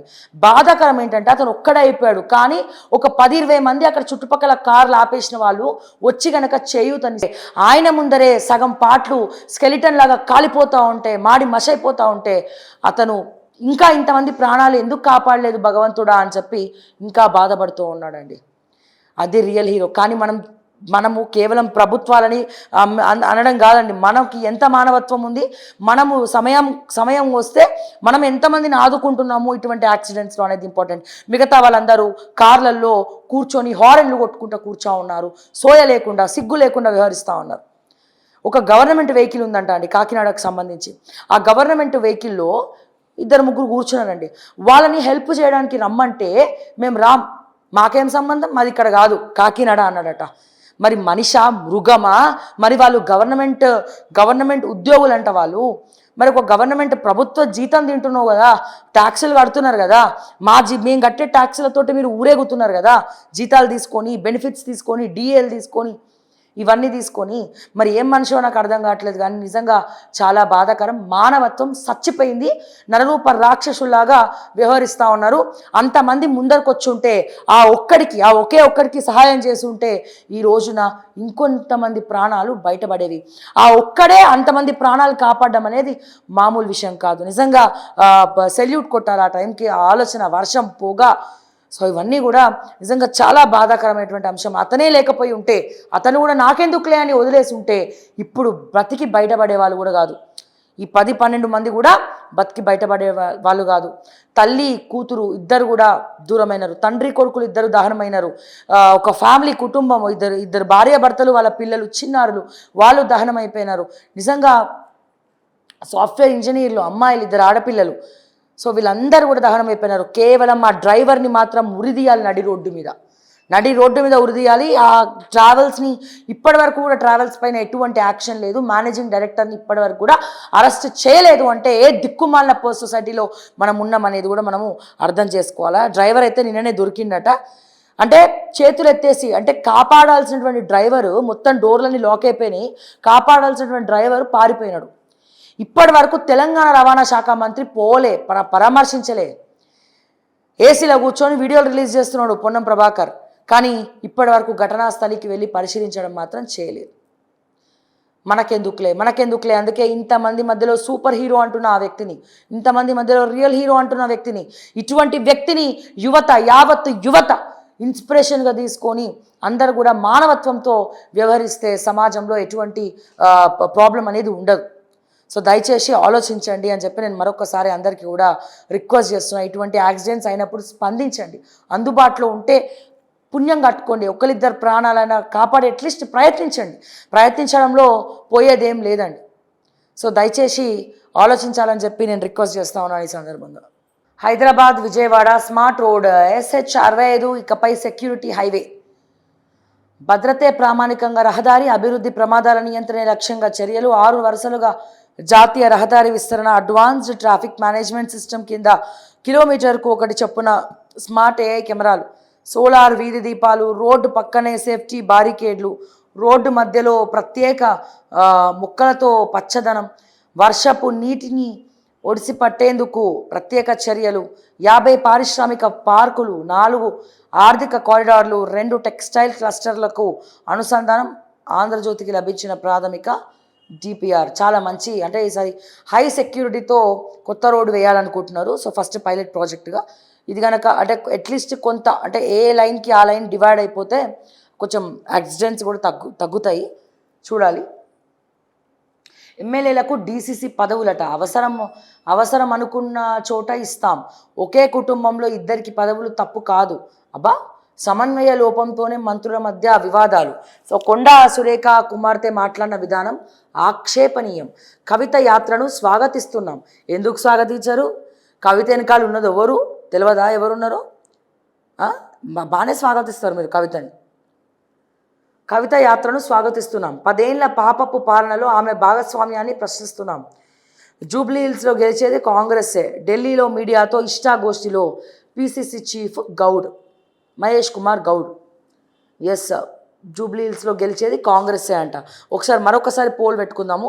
జూబ్లీహిల్స్లో గెలిచేది కాంగ్రెస్సే అంటున్నటువంటి TPCC ప్రెసిడెంట్ మహేష్ కుమార్ గౌడ్. మరి జూబ్లీహిల్స్లో కాంగ్రెస్ గెలవబోతుందా? ఇవ్వండి options: Congress, BJP, BRS or ఇతరులు. ఓకే. సో చిత్రపూరిపై విచారణ ఎప్పుడో. హౌసింగ్ సొసైటీలో అవకతవకలు. అధికారంలోకి వస్తే విచారణ జరిపిస్తామంటూ ఎన్నికల మేనిఫెస్టోలో పెట్టిన కాంగ్రెస్. రంగంలోకి దిగిన 2 ఫిలిం ఛాంబర్ సభ్యులు.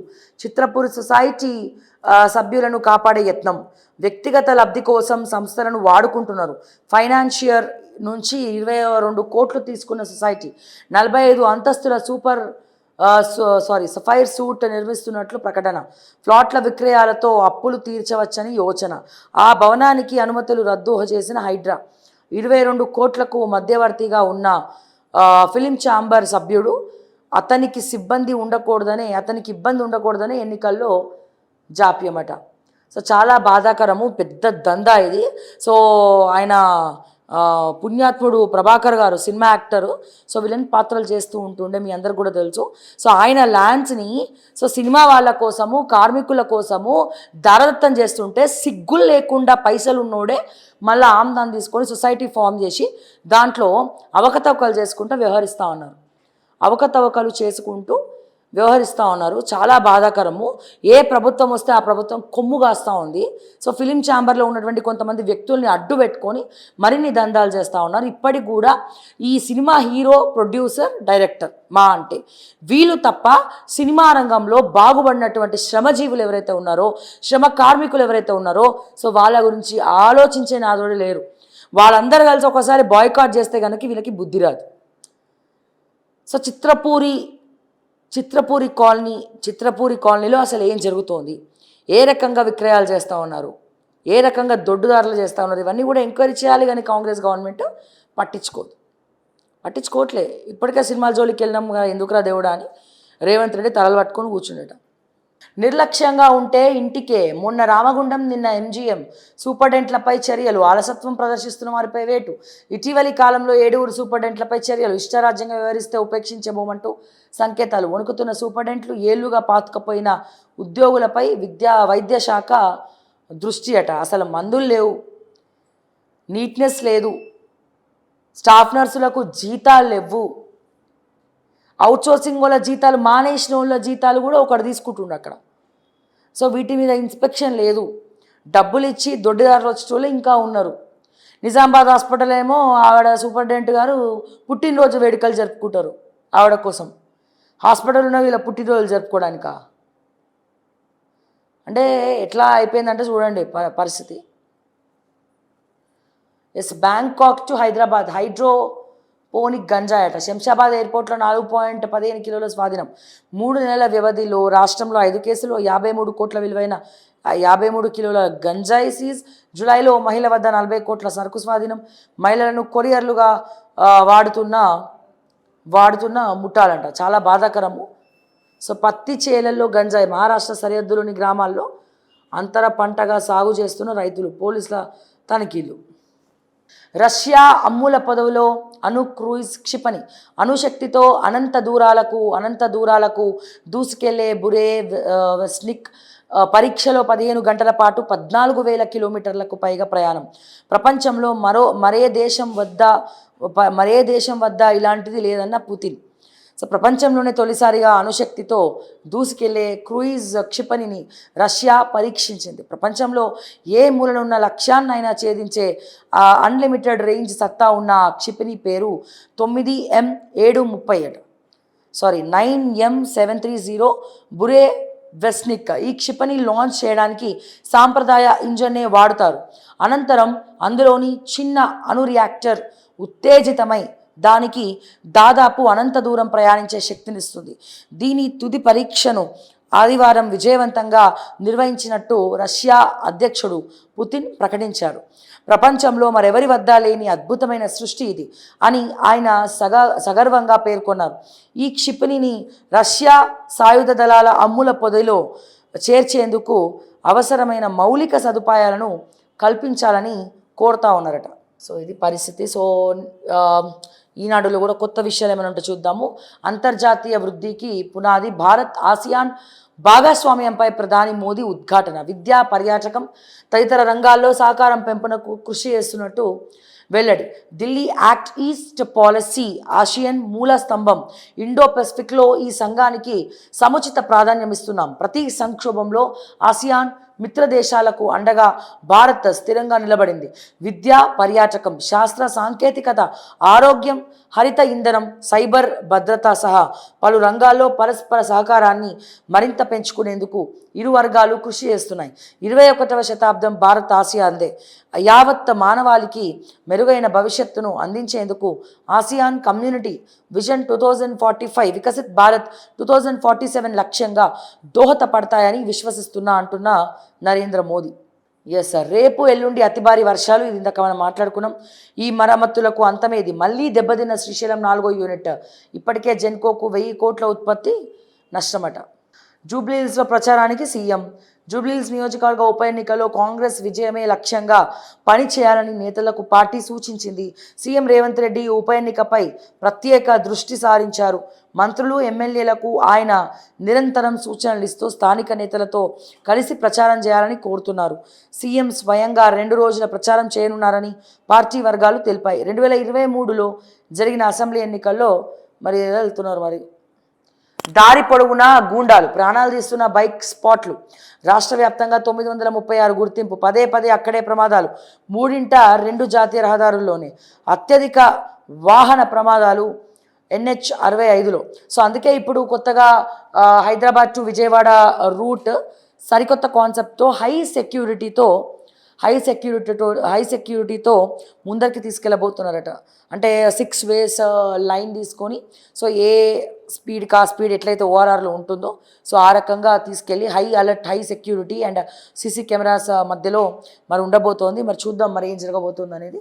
సో ఫైనల్గా ఒకసారి ఇది కూడా చూద్దాం. నమస్తే తెలంగాణ ఏం రాస్తారు? రేవంత్ ఫెయిల్, ఉల్టా మాపై బ్లాక్మెయిల్. నీ వైఫల్యాలు వదిలేసి మా మీద నిందల బురద జల్లుతూ పెయిడ్ ఆర్టికల్స్ రాయిస్తావా? సీఎం తీరుపై మంత్రుల కుతకుత. 16 మంది మంత్రుల్లో ఎంతమంది మధ్య సమన్వయం ఉన్నదో చెప్పగలవా? నీ సొంత జిల్లా ఎమ్మెల్యేలే వేరు కుంపటి పెట్టుకున్నారు. వాళ్ళనేం చేశావు? పల్లెలకు పోతే తులం బంగారం 2500 ఏమైందని జనం నిలదీస్తున్నారు. అదను మీద యూరియా బస్తా ఇవ్వలేక రైతుల ముందు దోషులుగా నిలబడ్డాం. స్వయం కృత అపరాధంలో పరువును పోగొట్టుకున్నది ముమ్మాటికి నువ్వే. పోయిన ఇమేజ్ ఎల్లో మీడియా పెయిడ్ ఆర్టికల్స్లో వెతుక్కుంటే దొరకదు. మహిళా ఆఫీసర్ల ఆత్మగౌరవాన్ని, మా వ్యక్తిత్వాన్ని కించపరిచేలా రాతలేంది. జరిగిన నష్టాన్ని పూడ్చలేనంత స్థాయికి కాంగ్రెస్ను, ప్రభుత్వాన్ని తీసుకెళ్లావు. నీకు చేతగాకపోతే మాపై అభాండాల. రేవంత్ తీరుపై రగులుతున్న మంత్రులు మీరేమైనా పిప్పర్మెంట్లు తినుకొని బిస్కెట్లు తినుకుంటూ ఇంట్లో కూర్చుంటారా? మీరేమైనా పిప్పర్మెంట్లు చప్పరించే క్యాండిడేట్లా? రేవంత్ను ఒక్కడనే ఎట్లా అంటారు? రేవంత్తో పాటు మీ అందరిది కూడా తప్పే. పార్టీ గురించి మీకు ఆలోచన లేదు. సో రేవంత్ ఒకవేళ రాంగ్ డైరెక్షన్లోకి వెళ్తే అతన్ని సరి చేసే పనిలో కూడా మీరు లేరు, సలహాలు ఇచ్చే పనిలో మీరు లేరు. ఎప్పుడెప్పుడు రేవంత్ని వెన్నుపోటు పొడుద్దామా, ఎప్పుడెప్పుడు ఆయన సూదితో గుచ్చుదామా అనే మంత్రులందరూ కర్రు కాల్చుకొని వాత పెట్టుకొని మరి కూర్చున్నారు. ఇది వాస్తవం కాదంటారా? ఇందులో రేవంత్ ఎంత తప్పు ఉందో మీ అందరిది కూడా తప్పు ఉంది. మొత్తానికైతే అందరూ దొంగలే. సో దీనికి కాదు అనలేరు, ఏమీ అనలేరు. సో మొత్తానికైతే వీళ్ళ మధ్యలో సమన్వయ లోపాలు అయితే ఉన్నాయి. మాపై బురద జల్లుతూ నీ అనుకూల మీడియాలో ఆర్టికల్స్ రాయించావు. మహిళా ఆఫీసర్లను కొందరు మంత్రులు ఇండ్లకు పిలిపించుకుంటున్నారని రాయించావు. దీన్ని బట్టి ఏమర్థమవుతుంది? సొంత కేబినెట్ మంత్రులను ఒక సీఎం ఇంతలా బ్లేమ్ చేయడం ఏం పద్ధతి? ప్రభుత్వ తీరును తీస్తున్నది, ప్రభుత్వ పరువు తీస్తున్నది ఆయన మేమా? మహిళా అధికారుల ఆత్మగౌరవాన్ని దెబ్బతీసేలా, మా వ్యక్తిత్వాన్ని కించపరిచేలా రాతలు ఎందుకు రాయించుకున్నారు? కానీ ఇదే ఫహీం ఖురేషీ మిస్ వరల్డ్స్ని ఏదైతే ట్రెడెంట్ హోటల్స్ ఉన్నాయో ఆ హోటల్స్ సాక్షిగా లాబింగ్ చేశారు. దాంట్లో మిస్ ఇంగ్లాండ్ ఎవరైతే ఉన్నారో మాట్లాడారు. మరి నీ ఫహీం ఖురేషీ మీద ఏం యాక్షన్ తీసుకున్నారు రేవంత్ రెడ్డి గారు? ఏం యాక్షన్ తీసుకున్నారు? సరదాగా ఎంజాయ్ చేస్తాం రా అని చెప్పి పిలిచినప్పుడు లేదా? సో వాళ్ళ మీద కూడా యాక్షన్ తీసుకోవాలి కదా. నీ ఇంటోడైతే ఏమో బెల్లము, పక్కింటోడైతే అల్లం అన్నట్టు నీ వ్యవహార శైలి ఉన్నది.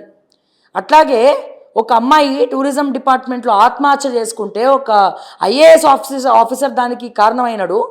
అదే ఏ ఐఏఎస్ ఆఫీసర్ అయితే మిస్ వరల్డ్ అమ్మాయిల లాబింగ్లో ఓఆర్ఆర్లో కార్లు వేసుకొని తిప్పిండో అదే ఐఏఎస్ ఆఫీసర్ వల్ల ఈ అమ్మాయి ఆత్మహత్య చేసుకుంది, బతికి బయటపడ్డది. ఈ విషయాన్ని బయటికి రాకుండా చేస్తున్నారు. మీది ఒక బతికేనా మరి అమ్మాయిల విషయంలో వీళ్ళని కాపాడుకుంటూ చేసేది? కొంతమంది సోకాల్డ్ జర్నలిస్టులు బ్రోకర్గా వ్యవహరిస్తూ ఉన్నారు, బ్రోకరిజమ్స్ చేస్తూ ఉన్నారు. అమ్మాయిలను ఎరవేసుకొని ఐఏఎస్ ఆఫీసర్ దగ్గరికి ఏదో చేసుకొని పదవులు ఇస్తారు, అది ఇస్తారని చెప్పుకుంటూ లాబింగ్ తీసుకొని వాళ్ళని నమ్మించి మోసం చేసి గొంతుకు వస్తున్నారు. దళిత అమ్మాయిలను కూడా చూడట్లేదు. మరి ఇదేం పాలన? మరి దీని గురించి కూడా మాట్లాడాల్సినటువంటి అవసరం ఉన్నది కదా. రౌడీల పాలైన రాష్ట్రం, మూటల పంపకాల ముఖ్యమంత్రి బిజీ. కేటీఆర్ 55 సార్లు ఢిల్లీ టూర్లు, వచ్చింది -3,000 కోట్లు. ఇంద్రమ్మ ఇంటికి 60,000 కోత. సర్కార్ కొత్త కొర్రీ, లబ్ధిదారులకు షాక్. అట్రాసిటీ పరిహాసం. ఎస్సీ ఎస్టీ చట్టానికి కాంగ్రెస్ సర్కార్ తూట్లు. ఎస్, వీళ్ళ బీఆర్ఎస్ హయాంలో జరిగిన దందాలు వీళ్ళు రాయరు, చేత కాదు. సో నేను మళ్ళీ ఒకవేళ బీఆర్ఎస్ అధికారంలోకి వస్తే ఇదే నమస్తే తెలంగాణ మళ్ళా ప్రశ్నిస్తా. ప్రజా సమస్యలు మీ ప్రభుత్వంలో ఉన్నప్పుడు కూడా రాశారా? ఈ సంతోష్ జోగులపల్లి జిఎస్టీ ఎగనామం పెట్టింది వార్త రాసిర్రా? 1000 కోట్ల ఎగనామం పెట్టింది రాసిండ్రా? నాలాలు కబ్జాలు చేసినటువంటి మీ బీఆర్ఎస్ ఎమ్మెల్యేల గురించి రాసిర్రా? ఇవన్నీ రాయరు కదా. రాసిండ్రా ఎన్నడన్నా? ఇవి కూడా రాసినప్పుడు మీ క్రెడిబిలిటీ అనేది ఉంటుంది సమాజంలో. ఎస్, ముఖ్యంగా ఒకసారి మనం చూద్దాము. ఈ ఫోటో గురించి నేను మాట్లాడదలుచుకున్నా. నిన్న కవిత యాత్ర స్టార్ట్ చేసింది. కల్వకుంట్ల కవితక్క. కుటుంబానికి నాకు సంబంధం లేదంటారు, కానీ అత్తగారి పేరు మాత్రం పెట్టుకోదు. ఈవిడ కల్వకుంట్లనే ఉంటుంది ఇంకా పేరు. ఎస్, ఒక మహిళగా కవితక్కకి ఎప్పుడు సపోర్ట్గానే ఉంటాం ప్రజలకి మేలు చేసినప్పుడు. కానీ 10 సంవత్సరాలు మీరేం చేశారో చెప్పమంటే చెప్పరు. మీ దాని గురించి మీరు మాట్లాడరు. పక్కింటోళ్ళ గురించి చెప్తారు, పక్కోళ్ళ గురించి చెప్తారు. కానీ మీరెంత దారుణాలు చేసిరు, మీరెంత కీలక పాత్ర పోషించారు, ఉద్యోగాల విషయాల్లో కూడా ఎటువంటివి మాట్లాడిండ్రు అనేది కూడా మీరు చెప్పరు. అయితే ఈవిడ ఇప్పుడు ఏంటి, నేను ఒక జయలలిత తర్వాత నేనే జయలలిత, తెలంగాణ జయలలిత, సారీ తమిళనాడులో జయలలిత, ఇక్కడ తెలంగాణలో జయ కవిత. అక్కడ జయలలిత, ఇక్కడ జయ కవిత. అంటే అదేదో జయలలిత గారంటే అసెంబ్లీలో చట్టసభల్లో అంతమంది మగవాళ్ళ మధ్యలో జయలలిత గారు అవమానపడ్డారు. అవమానం నుంచి జయలలిత అమ్మ అని పిలిపించుకుంది. తమిళనాడు మొత్తం పేదవాళ్ళకి పెన్నిదైంది, అమ్మైంది, భోజనం పెట్టింది, కడుపు నింపింది. కానీ కల్వకుంట్ల కవిత ఏం చేసింది? ఉద్యోగాలు అమ్ముకున్నారని పేరుందా? 2014 తర్వాత గ్రూప్ 1కి ₹1,00,00,000, గ్రూప్ 2 ఫస్ట్ ర్యాంక్కి ₹1,00,00,000, సెకండ్ ర్యాంక్కి 50 లక్షలు. ఇప్పటికి కూడా ఎవరైతే కొనుక్కున్నారో వాళ్ళు ఇప్పటికి కూడా ఉద్యోగాలు చేసుకుంటున్నారు. దాని గురించి ఏం మాట్లాడరు. ఇప్పుడు నేనేం తప్పు చేయలే, నేను నీతి పర్రాలి, నేను నిజాయితీ పర్రాలి అని మీరు చెప్పగలుగుతారా ఈ 10 సంవత్సరాల కాలంలో? కేటీఆర్, హరీష్ రావు, సంతోష్తో పాటు కవిత ఏం సంపాదించుకోలేదా? సో ఇప్పుడు జయ కవిత, జయలలిత వర్సెస్ జయ కవిత. జయలలిత ఎటువంటి చీరలు కట్టిందో, ఏ రకంగా కొప్పు పెట్టిందో, ఏ రకంగా బొట్టు పెట్టిందో, సో సడన్గా జయలలిత కవితలో ఆహ్వానించినట్టు జయలలిత గారు అమ్మ, తమిళనాడు అమ్మ కవిత గారు వ్యవహరిస్తూ ఉన్నారు. ఎంత అది ఒక రకంగా అది వికటిస్తుందంటే ప్రజలు నమ్మే పరిస్థితుల్లో లేరు. నిజంగా ఒక మహిళగా మీరు తెలంగాణ సమాజానికి మంచి చేస్తా అంటే ఓకే, కానీ చేసిన తప్పులైతే ఒప్పుకోవాలి కదా.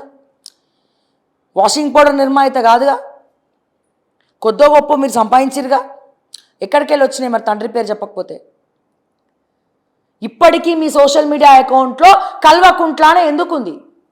ఆడపిల్లకి పెళ్ళైన తర్వాత మొగుడు అత్తగారి పేరు ఉండాలి కదా, అత్తగారింటి పేరు ఉండాలి కదా. విడాకులు తీసుకొని డైవర్స్ అయితేనేమో తల్లిగారి పేరు పెట్టుకోవచ్చు, ఇంటి పేరు పెట్టుకోవచ్చు. కానీ భర్త ఇంటి పేరు ఎందుకు లేదు? కల్వకుంట్ల కవిత అని ఎందుకు ఉంది? ఇప్పుడు ఇంత పంచాయతీలో ఇంత విడిపోయిన తర్వాత కూడా కల్వకుంట్ల కవిత అని ఉంది తప్ప మరి మీ అత్తగారింట్లో సోషల్ మీడియా అకౌంట్లో పేరు మార్చలేగా. మీరు చూడండి, జయలలిత ఏ రకమైన కాటన్ చీరలు కడతారో ఇంకో ఫోటో ఉంటుంది యాక్చువల్గా. అది కూడా ఒక్కసారి ఇంకో ఫోటో ఒకసారి చూద్దాము. ఓకే, ఫస్ట్ డిస్కస్ అయినాక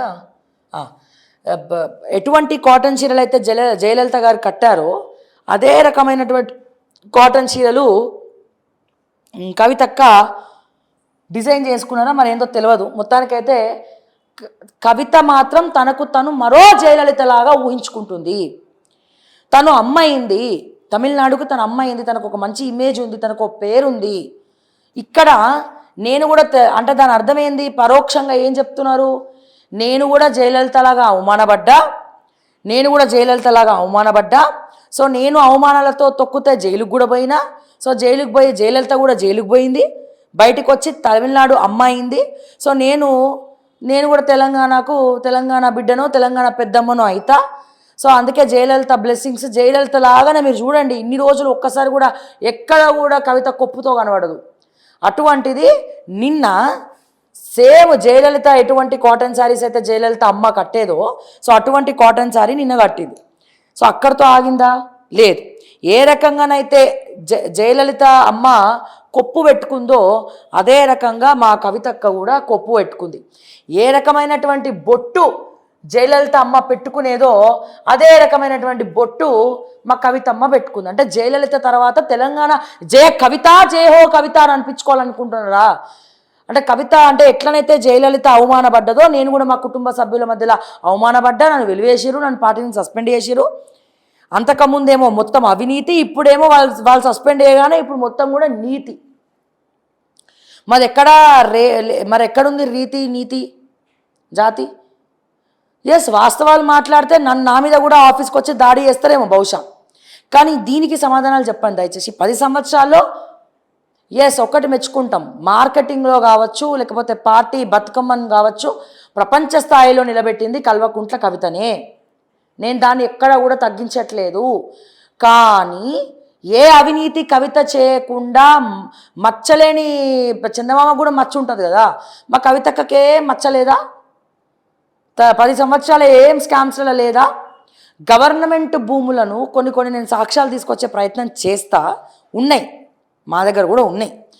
గవర్నమెంట్ భూములను ఎవరికీ తెలియకుండా కవిత గారి భర్త కావచ్చు వీళ్ళ అనుసంధానంతో కొన్ని భూములను ప్రభుత్వ భూములను మాయం చేయలేదా? మహేశ్వరం నియోజకవర్గంలో ముస్లిమ్స్ కోసం మెటర్నిటీ హాస్పిటల్ కోసం కేటాయించినటువంటి భూమిని అక్కడ ఉన్నటువంటి లోకల్ లీడర్స్తో కలిసి స్వాహా చేయలేదా? నిజంగా మీరు ఎంక్వైరీ చేస్తే అది కల్వకుంట్ల కవిత పేరు మీద ఉంటాయి. మీరు చూడండి, కావాలంటే ఎంక్వైరీ చేయండి, డేటా మొత్తం తీయండి. నేను బహిరంగంగా చెప్తా ఉన్నా. మైనారిటీ మెటర్నిటీ హాస్పిటల్ కోసం ఉన్నటువంటి మహేశ్వరంలో ఉన్నటువంటి భూములు ఎవడు నొక్కేసిండు? దాన్ని ఏ రకంగా పంచుకున్నారు ఓవైసీతో కలిసి?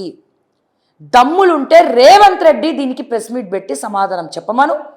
దమ్ములుంటే పొంగులేటి శ్రీనివాసరెడ్డి గారిని సమాధానం చెప్పమనండి. కవిత పేరు లేదా దాంట్లో? కవిత పేరు మీద డైవర్ట్ అవ్వలేదా మెటర్నిటీ హాస్పిటల్లో? కేవలం కవిత ఒక్కటే ఉందా దాంట్లో? అక్కడ ఉన్నటువంటి లోకల్ వాళ్ళు కూడా ఉన్నారుగా, ఓవైసీ కూడా ఉన్నాడుగా దాంట్లో, ఇంకా 2-3 లీడర్లు కూడా ఉన్నారుగా, కార్తిక్ రెడ్డి పేరు కూడా వినబడ్డది దాంట్లో. సో ఇట్లా ఇటువంటి పరిస్థితిలో కాదని చెప్పమనండి, నా ముక్కు నీళ్ళకి రాస్తా నేను. ఆ లిస్ట్ మొత్తం కూడా డేటా తీస్తే ఎంఆర్ఓ ఆఫీస్లో ఆ భూమి ఎవరిది, మెటర్నిటీ హాస్పిటల్కి సంబంధించినటువంటి ల్యాండ్స్ అక్కడ హాస్పిటల్ కట్టమని మైనారిటీస్ కోసం ఇస్తే ఆ భూములు ఎట్లా మాయం చేసినారు వీళ్ళు? ఏ రకంగా మాయం చేసినారు వీళ్ళు? దాంట్లో కవిత కల్వకుంట్ల పేరు మీద ఉందా లేదా ఆ భూములు? తీయండి, దమ్ములు ఉంటే డేటా మొత్తం తీయండి. సో ఇప్పుడు ఈవిడ జయలలిత అయిపోయింది. అంటే మా జయలలిత అమ్మలాగా కొప్పు ఉంటుంది, సేమ్ కాటన్ శారీ ఉంటుంది, బొట్టు అట్లనే ఉంటుంది, ఆవిడ నడవడిక కూడా అట్లనే ఉన్నది. అక్కడ జయలలిత ఆట, అక్కడ జయలలిత అమ్మ అయితే ఇక్కడ జయ కవిత ఏమైంది? సమాధానం చెప్పాలా? ఓకే, జయలలిత వర్సెస్ జయ కవిత. అక్కడ తమిళనాడు అమ్మ, ఇక్కడ మరి ఏంటి జయ కవిత? అంటే జయలలిత నేను మరో జయలలిత అని ఫీల్ అయిపోతున్నారు ఆవిడ. కానీ ప్రజలకు మాత్రం వెకటి పుడుతోంది యాక్చువల్గా ఇవన్నీ కూడా చూస్తూ ఉంటే. అంటే ఏంటి, నన్ను మా కుటుంబ సభ్యులు వెలివేసిరు, జయలలిత ఎట్లయితే అసెంబ్లీలో తను అవమానపడ్డదో తను ముఖ్యమంత్రి అయి చూపించింది, నేను కూడా జైలుకి పోయి వచ్చిన, జయలలిత అమ్మ కూడా జైలుకి పోయి వచ్చింది, సేమ్ మ్యాచింగ్ అవుతుంది. కానీ ఆవిడ ప్రజలకు ఏమైనా వేసింది. కానీ కల్వకుంట్ల కవిత గారు ప్రజలకు ఏం చేసినారు? ఇప్పుడు మీరు మాట్లాడుతున్నారు విద్య గురించి. ఈ 10 సంవత్సరాల్లో విద్య నాశనం అయిపోతుంటే ఓకే, అప్పుడు ఎందుకు మాట్లాడలే బీఆర్ఎస్ పార్టీలో మీరు ఉన్నప్పుడు? అదే మా క్వశ్చన్. ఓకే, అండ్ ఇప్పుడైనా మాట్లాడుతున్నారు, సంతోషం, దానికి కూడా మేము అంటలేం. కానీ దయచేసి ఆవిడతో మీరు పోల్చుకోకండి. ఓకే, ఆవిడలా కొప్పు కట్టుకున్నంత మాత్రాన, ఆవిడలా చీర కట్టుకున్నంత మాత్రాన మీరు ఆవిడ వేరే కోణంలో జైలుకి వెళ్ళింది, మీరేమో లిక్కర్ స్కామ్లో వెళ్ళి వచ్చినారు. అది ఇంకా రావాలా? బెయిల్ అయితే మీకు వచ్చింది కానీ ఇంకా నడుస్తుంది కదా కేసు. ఓకే, సో దయచేసి కొద్దిగా సో అది మీ ఇష్టం, అది మీ వ్యక్తిగత ఇష్టము. కానీ ఇప్పుడు నేనే కాదు, ప్రతి ఒక్కరు సోషల్ మీడియాలో జయలలిత తర్వాత మీరు జయలలిత అంటారు అనుకునేలాగా ఎలివేట్ చేసుకుంటున్నారు. సేమ్ అదే బొట్టు, అదే కొప్పు, అదే చీర, మళ్ళీ ఇట్లా అనడము. సో తనకు ఒక క్రేజ్ ఉంది, తనకు ఒక పేరుంది. ఓకే, దయచేసి మీరు జయలలిత లాగా మాత్రం ఊహించుకోకండి అని మాత్రం నేను చెప్పగలుగుతా. బట్ దీని మీద మీ కమెంట్స్ ఏంటో దయచేసి తెలియజేయండి. సో ఏ రకంగా చూస్తారో కవిత యాత్రను, ఏ రకంగా చూస్తారో కమ్యూనిటీలో పోల్ కూడా పెట్టండి దయచేసి. సో నటన మార్పా, ఓకే, నమ్మచ్చా నమ్మద్దా? సో దయచేసి మీ కమెంట్స్ రూపంలో తెలియజేయండి. అండ్ దీన్ని కూడా కమెంట్ చేయండి. సో జయలలిత అనుకుంటున్నారా? కవిత, మీ అభిప్రాయం ఏంటి? కవిత పట్ల మీకున్న అభిప్రాయం ఏంటో కమెంట్స్ రూపంలో తెలియజేయండి. అండ్ అదే రకంగా ఎన్నో విషయాలు, ఎన్నో అంశాలు మనం మాట్లాడుకుంటూనే ఉందాం. ప్రతిరోజు పార్టీలకు అతీతంగా ఏ పార్టీ అయినా సరే, ఏ లీడర్ అయినా సరే, ఏ క్యాడర్ అయినా సరే, ప్రజా సమస్యలు కనుక ఓకే టీవీ దృష్టికి వస్తే ఖచ్చితంగా ఓకే టీవీ ప్రశ్నించడంలో ముందుంటుంది అని చెప్పి నేను మరొకసారి తెలియజేస్తా ఉన్నాను. అండ్ ముఖ్యంగా దయచేసి ఓకే టీవీని సబ్స్క్రైబ్ చేయండి. ఎందుకంటే చాలామంది చూస్తున్నారు కానీ సబ్స్క్రైబ్ చేయట్లే. సో అడగందే అమ్మైనా అన్నం పెట్టదు. సో అట్లాగే మా ప్రజలు కూడా మాకు అన్నం పెట్టాలి అంటే దయచేసి ఛానల్ సబ్స్క్రైబ్ చేయండి. ఎందుకంటే వాస్తవాలను మాత్రమే ఓకే టీవీ ధైర్యంగా, నిజం నిక్కచ్చిగా ముందరికి తీసుకెళ్లే ప్రయత్నం చేస్తూ ఉంది జనాల మధ్యలోకి. కొన్ని మార్పులు కూడా మేము చేస్తూ వస్తూ ఉన్నాం. వ్యూవర్షిప్ మాత్రం 10 మిలియన్ ఉంది, బట్ సబ్స్క్రైబర్స్ మాత్రం 2.5 ఉన్నారు. ఎందుకంటే ఇన్ని రోజులు మేము అడగలేదు సబ్స్క్రైబ్ చేయండి అని. అండ్ అట్లాగే నోటిఫికేషన్ రావాలంటే కూడా పక్కన బెల్ ఐకాన్ నొక్కండి. అండ్ అదే రకంగా okay TV official Facebook and official ఇన్స్టాగ్రామ్లో కూడా ఫాలో అవ్వండి. అండ్ వెబ్సైట్ OKTVmedia.in వెబ్సైట్ని కూడా ఫాలో అవ్వండి అని చెప్పి మరొకసారి రిక్వెస్ట్ చేస్తూ మరిన్ని అప్డేట్స్ కోసం చూస్తూనే ఉండండి ఓకే టీవీ. అంటిల్ దెన్ నేను మీ శ్రావ్య. జై తెలంగాణ, జై హింద్.